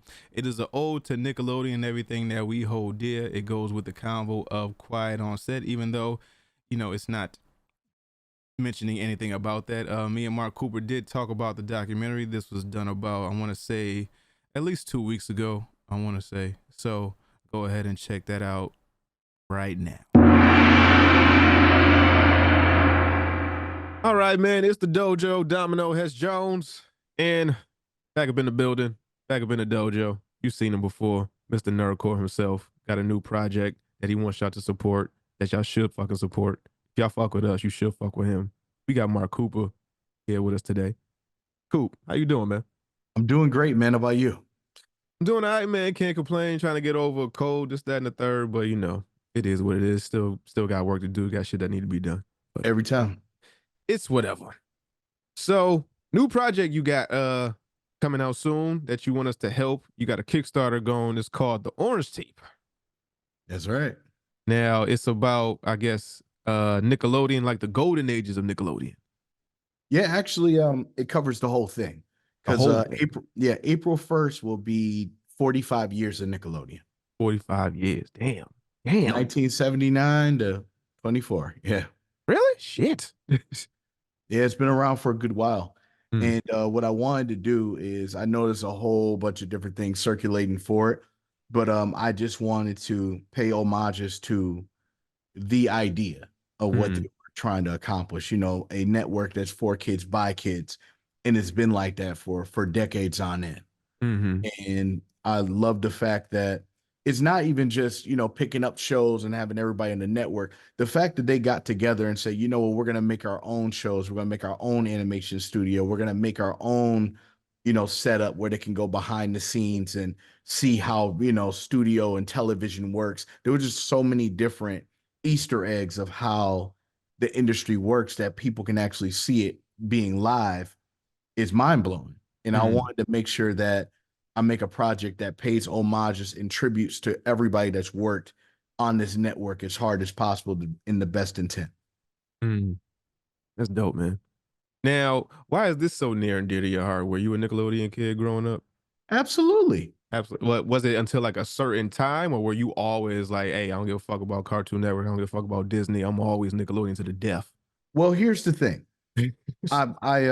I've always loved Nickelodeon because of the facts of, you know, the types of Nicktoons they would have, the different, you know, random programming they'll have in between, like either like the Big Help, or you'll see stuff like from Wienerville, or you'll see stuff from Stick Stickly, you know what I mean? And you also get hip to brand new cartoons and things like that. You know what I mean? If it wasn't the case, you know, you wouldn't know what Chalk Zone was. You wouldn't know what, you know, the era of SpongeBob, of course, you know, Kablam giving multiple different animators opportunities, and then actually now got their own show. It's like a lot of creativity with dozens and dozens of animators, especially in the bumpers, how they give so much respect to so many individual animators that did that. So it's like it was a network that gave everybody a chance. Right. Cartoon Network was definitely, this was a Nintendo Sega battle, and it always will be. You know what I'm saying? It always will be. And it was just things about Nick that they just kind of were already in the home of it, because Cartoon Network came in like 92. So a lot of the stuff they were picking up was from like the Hanna-Barbera stuff. And then they started doing their own thing too. But what was great about Nickelodeon is now they put live action individuals that look like us as kids playing in, you know, Wild and Crazy Kids, or, you know, Nickelodeon. Yep. You know what I mean? It just looked overall fun, and it made it look like it was feasible to do. You know what I mean? I mean, how many people do you know that looked at Nick Arcade and said, I want to go in that video zone? Exactly. You know what I mean? We saw representation there. And that's something that was great about Nickelodeon. It was full of representation. Right. Now, why a Kickstarter? Well, I've never done a Kickstarter ever in my life. And the reason why I wanted to try that is because I wanted to see if, you know, if it was a network or brand, because I've never seen it done before. And I wanted to see if this was something that a lot of people would want to support. And it wasn't just about, you know, oh, I'm get this money for it, and then I'm going to do this and do that. You know, I wanted to figure out a way to say like, happy birthday, Nickelodeon, without having to be that, oh, I just made an album. Okay, great. I mean, I collaborated with many different types of people who do crafts and podcasts, and they have all their particular brands, and we put it all in the box. So they'll be able to not only know the things I do, but they'll also know everybody who was involved, appreciative, and then, you know, promotion is best promotion. So, Right. Now, how many tracks are on this thing? Well, I want to say for this one's going to be 16. And then there's going to be another part that I haven't told anybody yet, but it'll be later.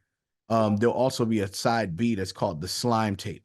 It's going to have like another 10 or 12 tracks from various other artists as well. You know what I mean? Like maybe a cover of Pete and Pete, or you might hear something from Phantom. You know what I mean? Just certain things that I know I covered, but there'll be certain parts of Nickelodeon that maybe I wasn't 100% into like that. And then I know there are people who are. So we'll be able to cover the whole masses of it the best way I could. Is this thing very sample oriented, very sample driven? Like, are you taking theme songs and chopping them up? And is that every other song or every song, or is A it little more bit. so original beats, but the subject matter is more catered towards the show or like the experience that you're speaking of with Nickelodeon? Oh, it's a little bit because it'll be too cliche to flipping all that theme song. You know what I mean? Like Yeah. everybody's expecting that. I want to say about 85-90% of it is original. Some of the stuff might have a chop or two or some, some stabs too, but it'll be all original music. It won't be like, I get a Danny Phantom beat and then put a loop and then all of a sudden a trap beat. Oh, Danny Phantom, let's go. You know what I mean? It's nothing, nothing like that at all. I make sure everything's original the way I do it. Okay. Now, what was your introduction to Nickelodeon? Because everyone has a different entry point. Mine personally was Double Dare, and then I think after Double Dare came on Wild and Crazy Kids, and then after that I'm just stuck. Maybe I might have turned channels or maybe not. I just don't remember what might have came on. I think Nick Arcade came on like 90, 91, something like that. And then you get your Well, Rugrats, you get your your Rocko's Modern Lives, you get your Hey Arnold down, so on and so forth. So what was your entry point? I want to say it was Nicktoons, to be honest. I think Okay. a lot of us 80s, late 80s babies, 87, 88, we were really introduced to it that way. I was also introduced to Nick Arcade because I was 5 or 6. I was really enjoying video games, from having, the Genesis, and you grow up in that console base, and then you see somebody looking, looks just like you, like, hey, there's a video game. Like, really? Oh, that's awesome. And then with Phil Moore, you just Out to really fucking Phil can, Moore, man. right. You connect with him because he makes it fun. And sometimes when it comes to the game shows, you always get that aesthetic. Chances are you're going to lose. Yeah. You always get that aesthetic as well. I mean, look at Legends of the Hidden Temple. We sit there and we scream. I think it was probably one of the first shows that you would scream at the television like, it's 3 pieces. It's a Yeah. shrine of the silver. It's How the three fuck are you pieces. mixing it up? This is an ass. Put it on the bottom. Right. You go what I'm saying? But then you look at it later and you're like, it's the time pressure. And for them being kids, rushing in pressure is not an easy it's not an easy Yeah. handoff. And I had to look at that. And that's the same thing with guts and like going through the aggro crag. Like even though it was daunting, most of those kids never rock climbed before. No. So that's where it gets interesting. But honestly, Nickelodeon's Nicktoons where I got into it. It's Rugrats and Doug for me. Doug, yeah. Yeah. Because Doug was the ultimate fever dream of daydreaming Right, ever. yeah. Like ever. Like you look at it later, you're like, wow, this man really talked in third person his whole life. His whole life. Right. And all you can think in your head, dear journal, it's me, Doug. And you just keep hearing that for the rest of your life. Got some of the most iconic slappers I've ever heard in television media, period. Ever. Yeah. Ever. Hanging on a trash can, nematodes, all type of stuff. Oh yeah. The beats were there. Oh, the beats, man, listen. Now, have you reached out to anyone, I guess is iconic in that Nickelodeon field, whether it be voice actors, whether it be on-screen personalities? Like, we talked to Phil Moore, and I think he put together a documentary on Nickelodeon or something like that. Is there anyone from our favorite shows that would appear on this project? Absolutely. One I do have is it's a segment, it's like a video segment I'm going to do.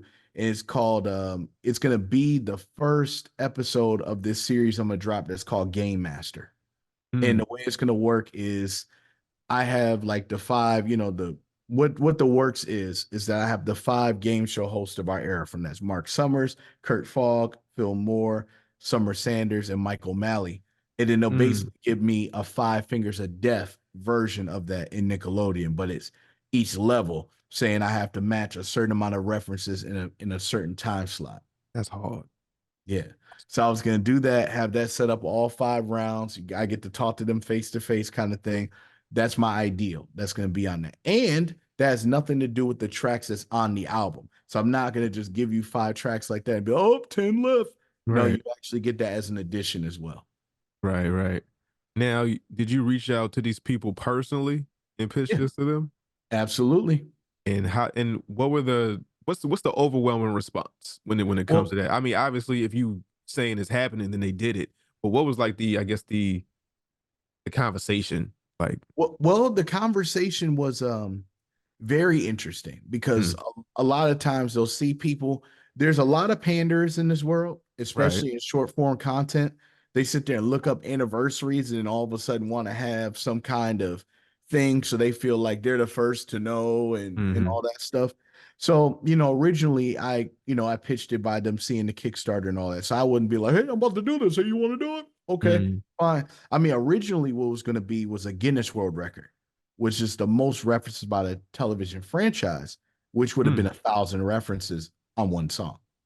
So it'd have been 15, 20-minute song, and I would have went all the way. And I don't do the pandering ones where it'd be like, all right, ready, go. Tommy, Chucky, Phil, Lil Susie. You know what I mean? Oh yeah, I'm rapping. Yeah. You know what I'm saying? I'm rapping.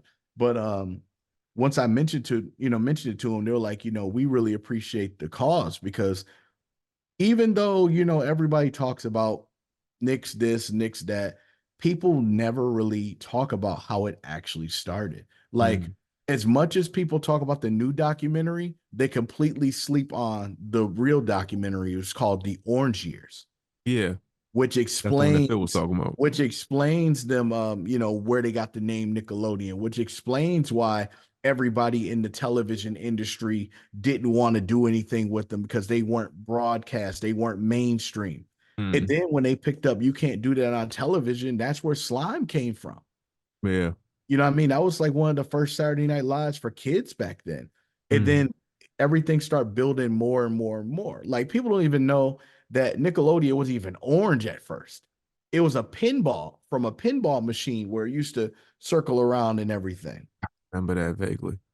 Right. You get what I'm saying? So it's one of those elements where you have to appreciate where everybody has gotten to.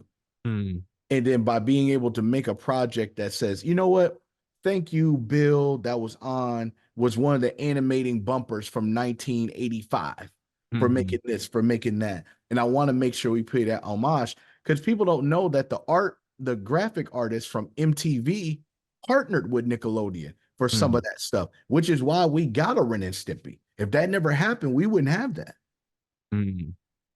Yeah. Yeah. So yeah, I heard some things about the creator of Ren and Stimpy. I'm pretty sure they're true, but it's pretty. It goes along with the new Nickelodeon doc, the Dark Days, or like whatever it's called. This new doc that just came out. Yeah, Quiet on Set. Yep. Yeah, it goes along with that. Now, how extensive was your research when it came to making this project? Like, were you like for days and days looking on like the tiniest of credit where it was like, oh, y'all might have forgot this, or digging in like the archives of like, I remember this, but don't nobody else remember this. Well, the thing is, I didn't Where's Waldo it. Yeah. If that makes sense. You know what I mean? I didn't be like, well, this Waldo had blah, blah, blah. What I did was most of it was things I grew up with. And like surface level stuff. It's really, really heavy in the Orange Years type of setup. So anything from like, I'll have heavy reference from maybe 85 to maybe 2015. Okay. I would say a lot of my heavy references are there.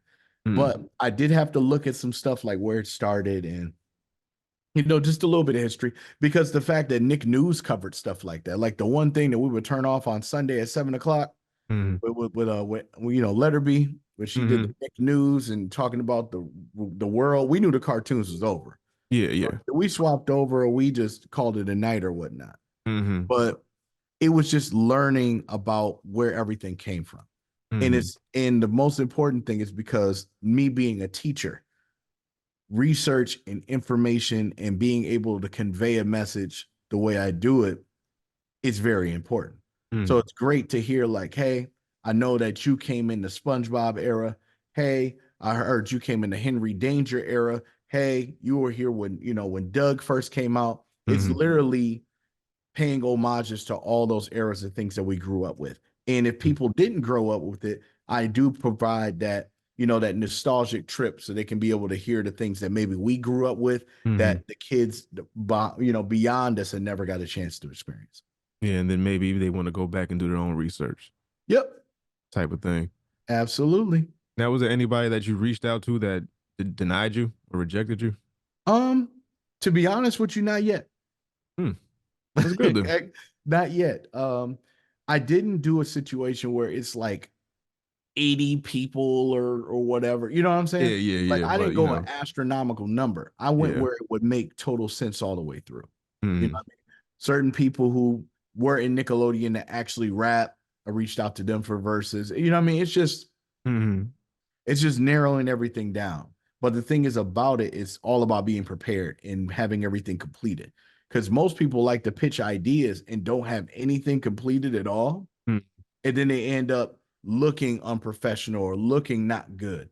Everything's got to be solid with them. So if everything's already finished up and say, look, I would love for you to be on this song or whatever, let me know what you want to do. You send it to them. It's already done. It's mixed, completed. And then they can make the decision right then and there. It's not like, well, it's a rough draft. We're working it out. I got my engineer still mixing it. You know what I mean? Because they don't have the time. They don't got time to play with you. Exactly. So you got to be prepared. If you got a verse from Kel Mitchell, that'd be fire. It would be. It would be. Yeah. Now, how long has he still raps to this day? Yeah, he does. Yeah. Oh yeah. Now, how long has this project been in the works? Like, how long have you been working on this? How long has this been an idea of yours? I'll say about 1.5 years. Okay. Yeah. Now, how long until you actually started? Like, so you have the idea, and then I guess you flesh it out. Now, how long until you actually get into the studio and start recording? Like, after you got your notes and your bullet points of what you want to rap about and what you want to do, how long until you get into the studio? Well, I'm in the studio now, but during this time, I was making the beats for it over time. Okay. So, a lot of the beats are done, and then now it's just about reaching out to different kinds of producers, different artists, just, hook concepts, hook references, all those things, which you'll see in this orange tape package. Like you'll get a behind the scenes start to finish of everything, from the beats to the hooks to the recordings to me watching the TV, having fun with it, all those. You'll get that as well with this. Okay. Now, it's not done yet, right? Oh, no. No. Okay. So your aim wasn't to drop it on the anniversary date, but it was like around that date? Nope. I actually plan to drop it in July. Okay. Now, why July? What I wanted to do for is I'm sending out a digital birthday card to Nickelodeon for their happy birthday. Okay. And that's why I was asking different people for their favorite Nickelodeon quotes and all that.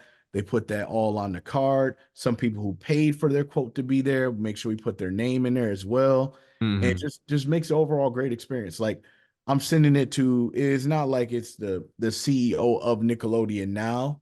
It's like a couple of the ones that started it in the 80s. They get a card and then, various of that. So it's like that kind of thing. Because sometimes just sending it to the newest person, like, hey, happy birthday, be like, oh, well, thank you. You know what I'm saying? But sometimes it's good. Right. But sometimes it's always great to give because there's people who step down over time. Yeah. And I would love to send them that birthday card, like, hey, just want to let you know we didn't forget. We appreciate you. That's nice, man. That's fucking dope. Yeah. Now, so that's what I wanted to do. Now, as far as features on this, away from like, I guess people that actually worked in the Nickelodeon studios, can you speak on who you have or how many you have? Yeah, I can speak on him. One I got is Sky Blue. He's an artist out of South Carolina. Okay. And he's done stuff with Funimation and various other things. Really, really chill dude. His music is like jazz hop, so it's got the hip hop, but it's more of a jazz good feeling. Yeah. Thing. He's been in a couple games. He's fire. So definitely Sky Blue is one. Let me think here. Then I got other producers such as my brother's Diz. He we co-collabed on a beat for Guts, which is going to be interesting. My boy Ray Caceres that plays guitar, he's teamed up with some like a Double Dare type of record and various other things. It's going to be pretty heavy. Okay. Now, What was that one to ask? Are there certain like shows or aspects that you skipped over on purpose because you didn't think they fit the album, or like you personally didn't like? Well, personally, what I did was, I know there's like hundreds of shows at this point. Yeah. So what I did is I had a track, like one track is called Land of the Lost, like from the 1991 live action show. But Where what I is that did, show? Where the fuck bro, is that show? nobody can find it, bro. It's I'm pretty just sure it's like, on Amazon on DVD or something like that, but that shit should be on streaming somewhere. yeah, but do you know one show that you will never find to the light of day? Muppet Babies. You will never find it because there were so many copyright things when it came with Nickelodeon and stuff. Muppet Babies is gone. You can't But they were find, actually babies. yes. You, are That you was joking? that was You on never Nick seen, Jr., wasn't it? no, that was a That was on regular, Nickelodeon. that was Nickelodeon, bro. Huh? I could have swore that was Nick Jr. Okay. Well, it's part of that network, but the thing is, Yeah, you but won't, but I well, to me personally, Nickelodeon and Nick Jr. are two different entities. They on the same tree, but they like far. So yeah, when someone says Nickelodeon, I don't think of Blue's Clues, no shit like that. I think of like, Doug and Rugrats and Rocket Pop or shit like that. but nope. You know what? I'm sorry. It is Nickelodeon because they used to air at prime time too. Yeah, they did. I mean, it was on like 8 a.m., 9 a.m., just some shit like that. Yep, but their Nicktoons start off in the morning like that too, and then 9 o'clock is when they started all the Nick Jr. stuff till like 2 p.m. And then Mm. by the time it's 3 or so, they either air in some live action show for the hour, and then they go into the Nicktoons like 4, 5, and 6 and 7. Yeah, maybe I'm remembering it wrong because at first, I don't think Nick Jr. came around to like what, 95, 94, 96, something like that. Because it was definitely all one thing. It was always there. It was in Nick the Jr.? 90s too. Yeah, it was in the 90s too. Like they, Yeah, like Nick Jr. was like definitely in the 90s, but it wasn't part of I like, it mean, wasn't. it was in the early 90s. Yeah, it was. There was Eureka's Castle, and then there was Fucking hey, I remember Allegra's Eureka's Castle. Yeah, Allegra's Window, Dave the Gnome, Rupert. Rupert, yeah. I forgot all about Rupert. And then early in the morning there was Flipper and Lassie. You see what I mean? It's things I remember Yeah, and and that don't. was Nickelodeon. What? Oh shit. Yeah. Yeah, I don't know if it wasn't animated. I probably put it out of my mind. Yeah, people But forget Beetlejuice was on there. it was. There was a lot of classics that people don't remember. I mean, of course, there's My Brother and Me, and Yeah. and various others like that, Roadhouse and Get the Picture, and you go and saying Finders Keepers. They were all rolled in. They just aired at different times. Like people forgot Alvin and Chipmunks used to be on there. You know what I mean? That wasn't Disney Channel? No. They had one that was in the 60s they came out with, and then they had one that came out in the 80s, and Nickelodeon picked that up. Alvin and Chipmunks Wow. is not a Disney thing. Wow. So you already Learn me know in something. depth. Okay. You already know in depth. I want to know. Yeah. So Yeah. I'm gonna take your word for it. Right. Oh yeah. What else did I have? Yeah. So you said it goes from 79 to 2015, right? Well, it's going to be 2024 because it's 20, 45. But I'm okay. just saying what I know in depth will be Okay. from the 2015. I'll still Now, go through stuff in that, but I'm just saying my like harness is in those years. right. Now, I know none of this is gonna be on the orange tape or the slime tape, but did you watch Quiet on Set? I sure did. And what are your thoughts? Is it anything different than what anybody else has been saying?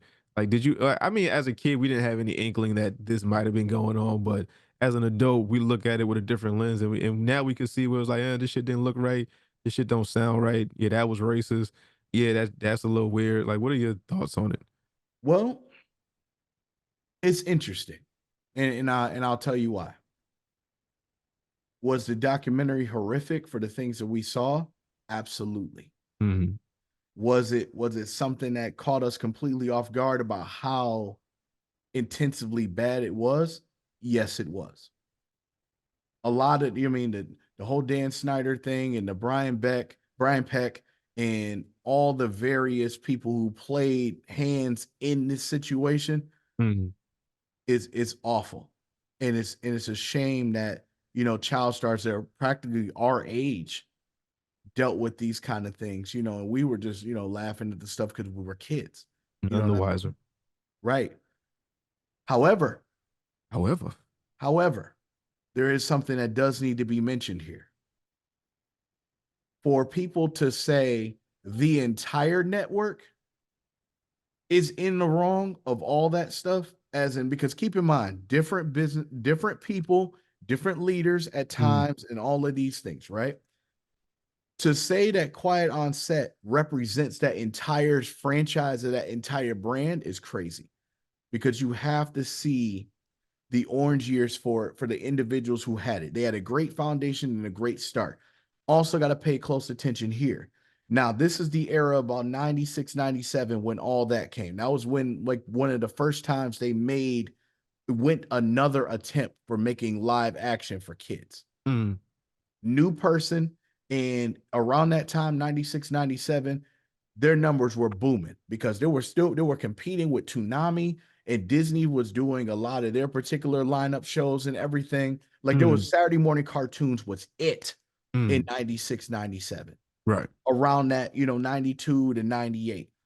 Everybody had cartoons, everybody had their lineup. They were competing with everybody with kids. Nickelodeon got into an opportunity where they got ratings they never seen before because of all that and the popularity of it. So with the popularity of it, they never seen that before. So they started investing, getting better and better shows. They're running with Dan Snyder with that. And then there was just situations where things slipped under the cracks and they didn't see it. Just like any other company that would get in that, you know, particular situation. Should they have been more aware because it was kids? Absolutely.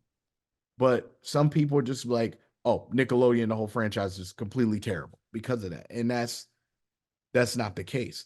But it's great to know that this documentary did come out, because the first time in history, we're going to see some laws change that will protect child actors. Because with child actors, they don't get paid royalties. They only get paid for that episode, period. So they don't get any of the royalties for any of those shows at all, because they're at a certain age where they can't collect that for taxes. So they have to pay them outright. You get what I'm saying? And think about, I mean, they talk about this. Think about the 80s. You seen how those children's shows in the 80s used to look? Yeah. I mean, that's all I'm saying. I just think it's just the talk of the town right now. And everybody is just like, oh, I can't even believe this happened. This is crazy. But in reality, it's an eye opener to let people know, hey, this is an issue. And now that we have something that gives us that platform of knowing it's an issue, it could change the game and really change the future for future child actors or anything like that. There could be some laws put in place. Yeah.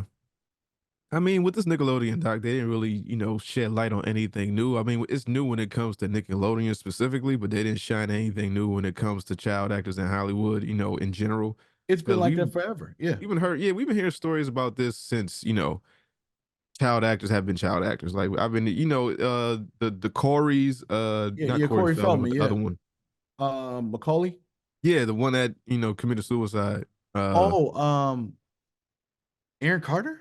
No, remember it was two Corys, like in the 80s, they was in a lot of films together. It was Corey Feldman and it was Corey something else.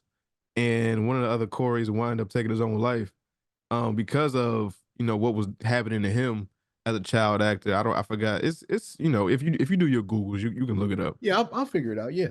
But you know, they didn't shed light on anything new, but I don't know why everyone's surprised that it happened at Nickelodeon, because it's only a surprise because it wasn't in our face, as you know, it wasn't shoved in our face all the time, because it's not all the time that we hear about, you know, this happening to children, like this isn't daily news or something like that, but it's something that does happen like often.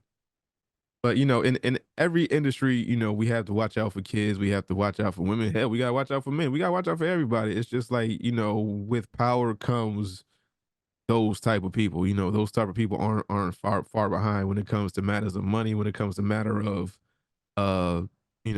visibility and getting yourself out there and making a name or brand for yourself, it damn near comes with the territory. Like somebody gonna try you. Like it happens in music, it happens in TV, it happens in radio, it happens in every industry. If someone has power, they're gonna try to manipulate it, no matter how old, how young, no matter what you identify as, they're gonna try you.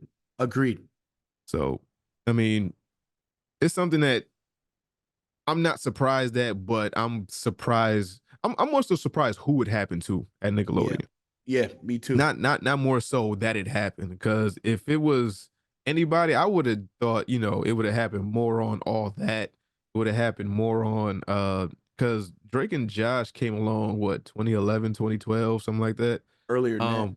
Yeah, probably earlier than that. But yeah, what we need to be looking at, I don't know if this is like a pardon the pun, but domino effect. Like, I don't know if Disney gonna come out next. I don't know what's gonna happen next. Orlando Brown, he been bugging for a while. I don't know if he let some secrets fly, like in between that craziness. I'm pretty sure he said some truth. Oh, absolutely. Him, Raven Simone, Yeah. Corey Maddie, or I think it's Maddie. Yeah.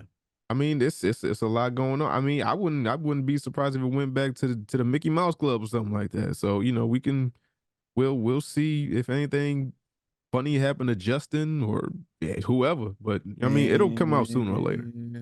If Disney ever got pulled in, I'm as a person who worked for Disney, I'm petrified to see if they ever have like a docuseries from that. Because bro, like when I tell you that could destroy it, I mean, all you need is one. You need one whistleblower, but Disney got money long as train smoke. Yes, they could shut up at the right. Like, if everyone has a price, I don't want to say it's right, but everyone has a price. If they gave you X amount of dollars to shut up, no matter how detrimental it is to your mental health, physically, whatever the case, right amount of money, I think Disney got it to shut you up. And if it comes out, this person has to be under heavy surveillance. They really don't care about the establishment. They don't care about tearing down anything. And once Disney falls, it's a lot of other motherfuckers that's gonna go with it. Because I think Disney is one of those tops. Once they go down, a whole bunch of motherfuckers going with them. Yeah. So we will see. But back to the orange tape. No problem. Now, so it's coming out in July. Do you have a specific date in July, or is just like a blanketed July, like whenever? I think it's going to be any day in July. I haven't picked the official date just yet, but that's my plan. That's my ballpark. Any ideas or anything that you're waiting to come in that you're excited about, whether it be a verse, whether it be a concept, whether it be a beat, whether it's something? Is there anything that you're waiting for to come in, like, this will make the project that much better, or like this is like the final piece? Well, to be honest, it's just some really cool features and different kinds of beats and tracks and various things that could happen with it. It just the whole project itself is just completely fun. I just can't wait to see it all come together in fruition. Okay, now how long has the Kickstarter been active? It's been active for, I believe, 27 days. Got about a couple days left. It'll be ending the 28th of this month. Okay, word. All right, let me go get my money and go do something for you. Support my man. Well, I appreciate you, man. I don't, man. Listen, anybody that support me, I try to fuck with y'all and help y'all whenever y'all want it or whenever y'all need it. So, same love y'all give to me, I try to give back. Whether that be using my platform to spread the word, whether it be financial or whatever the fuck I can do to get your dream out there. As a dreamer myself, what am I gonna do? I gotta support who support me. It's an honor, man. No doubt. Now, is there anything else that we need to talk about with this project? That's pretty much all I got. Well, other than that, it's pretty straightforward. It's just, just wait around and see. You'll see a lot of updates from me. All right. So where can they follow you? So other than this, you got any more projects coming out soon this year?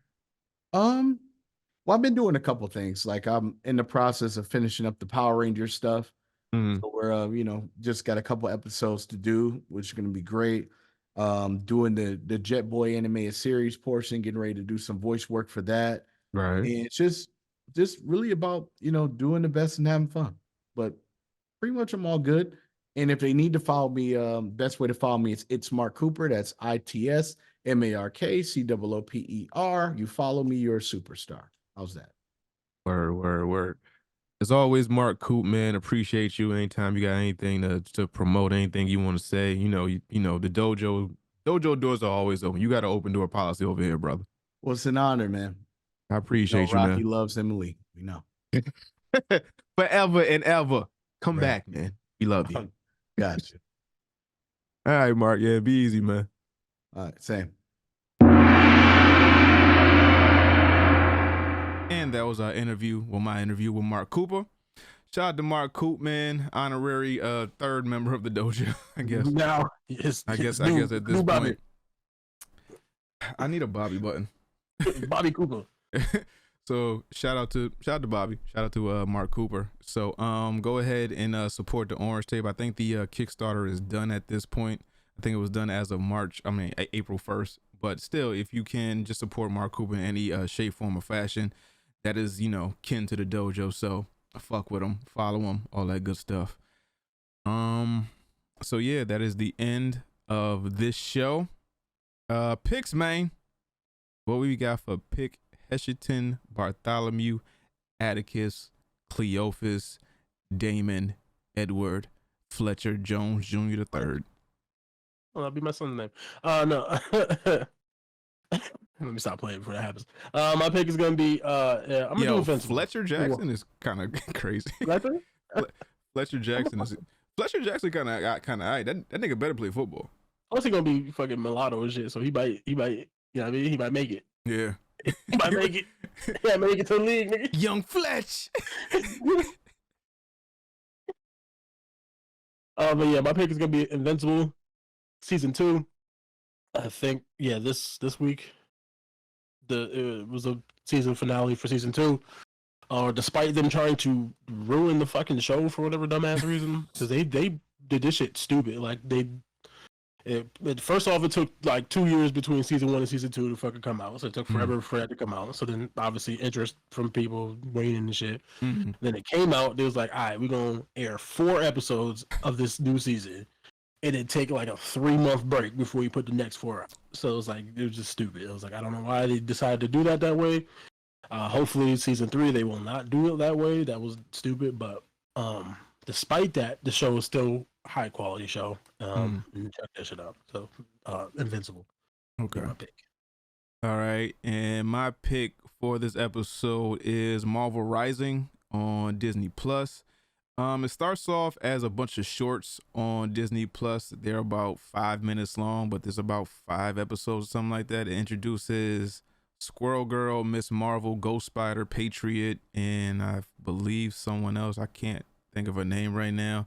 But the storyline is, in the beginning, Ghost Spider is responsible for the death of her best friend Kevin, and Ghost Spider's dad is police marshal, and he's trying to catch Ghost Spider, not knowing that Gwen is his daughter. And Gwen is Ghost Spider, and they have, I want to say, 5 or 4 seasons of this. So it starts off as Marvel Rising Initiation, and then it goes on. I guess they're like 15 to 20 minutes after that, but it's a pretty cool series. They introduce new characters every iteration or series or whatever you want to call it, season or whatever. So go ahead and watch that. I've been keeping up with that. I just happened to click on that as I was watching X-Men. I was like, what is this? That's 5 minutes each. Oh, I clicked on it. And I was fucking with it. It was quick to the point. They told a clear, concise storyline in about 5 minutes, and it was pretty dope. And then I was hooked on it since then. But to watch the entire series, it shouldn't take you more than 12 hours or 6 hours, 8 hours maybe. Yeah. So yeah, go ahead and check that out. Yeah, I believe that's it. Yeah, so again, fuck with us. The dojo203@gmail.com. You know, the Discord, you can join that. The dojo is gang, the dojo provides. Yeah. Check out the No Smoke Friday coming out on Friday. And that's about it. All right. Hesh Jones, we got anything else, my brother? No, I'm gonna go eat dinner. All right. So you have received your training for today. The dojo doors are closing. So, as always, Ninja Vanish. We out of here. Just the two of us. We can make it if we try. Just the two of us. Just the two of us. Just the two of us. Building castles in the sky.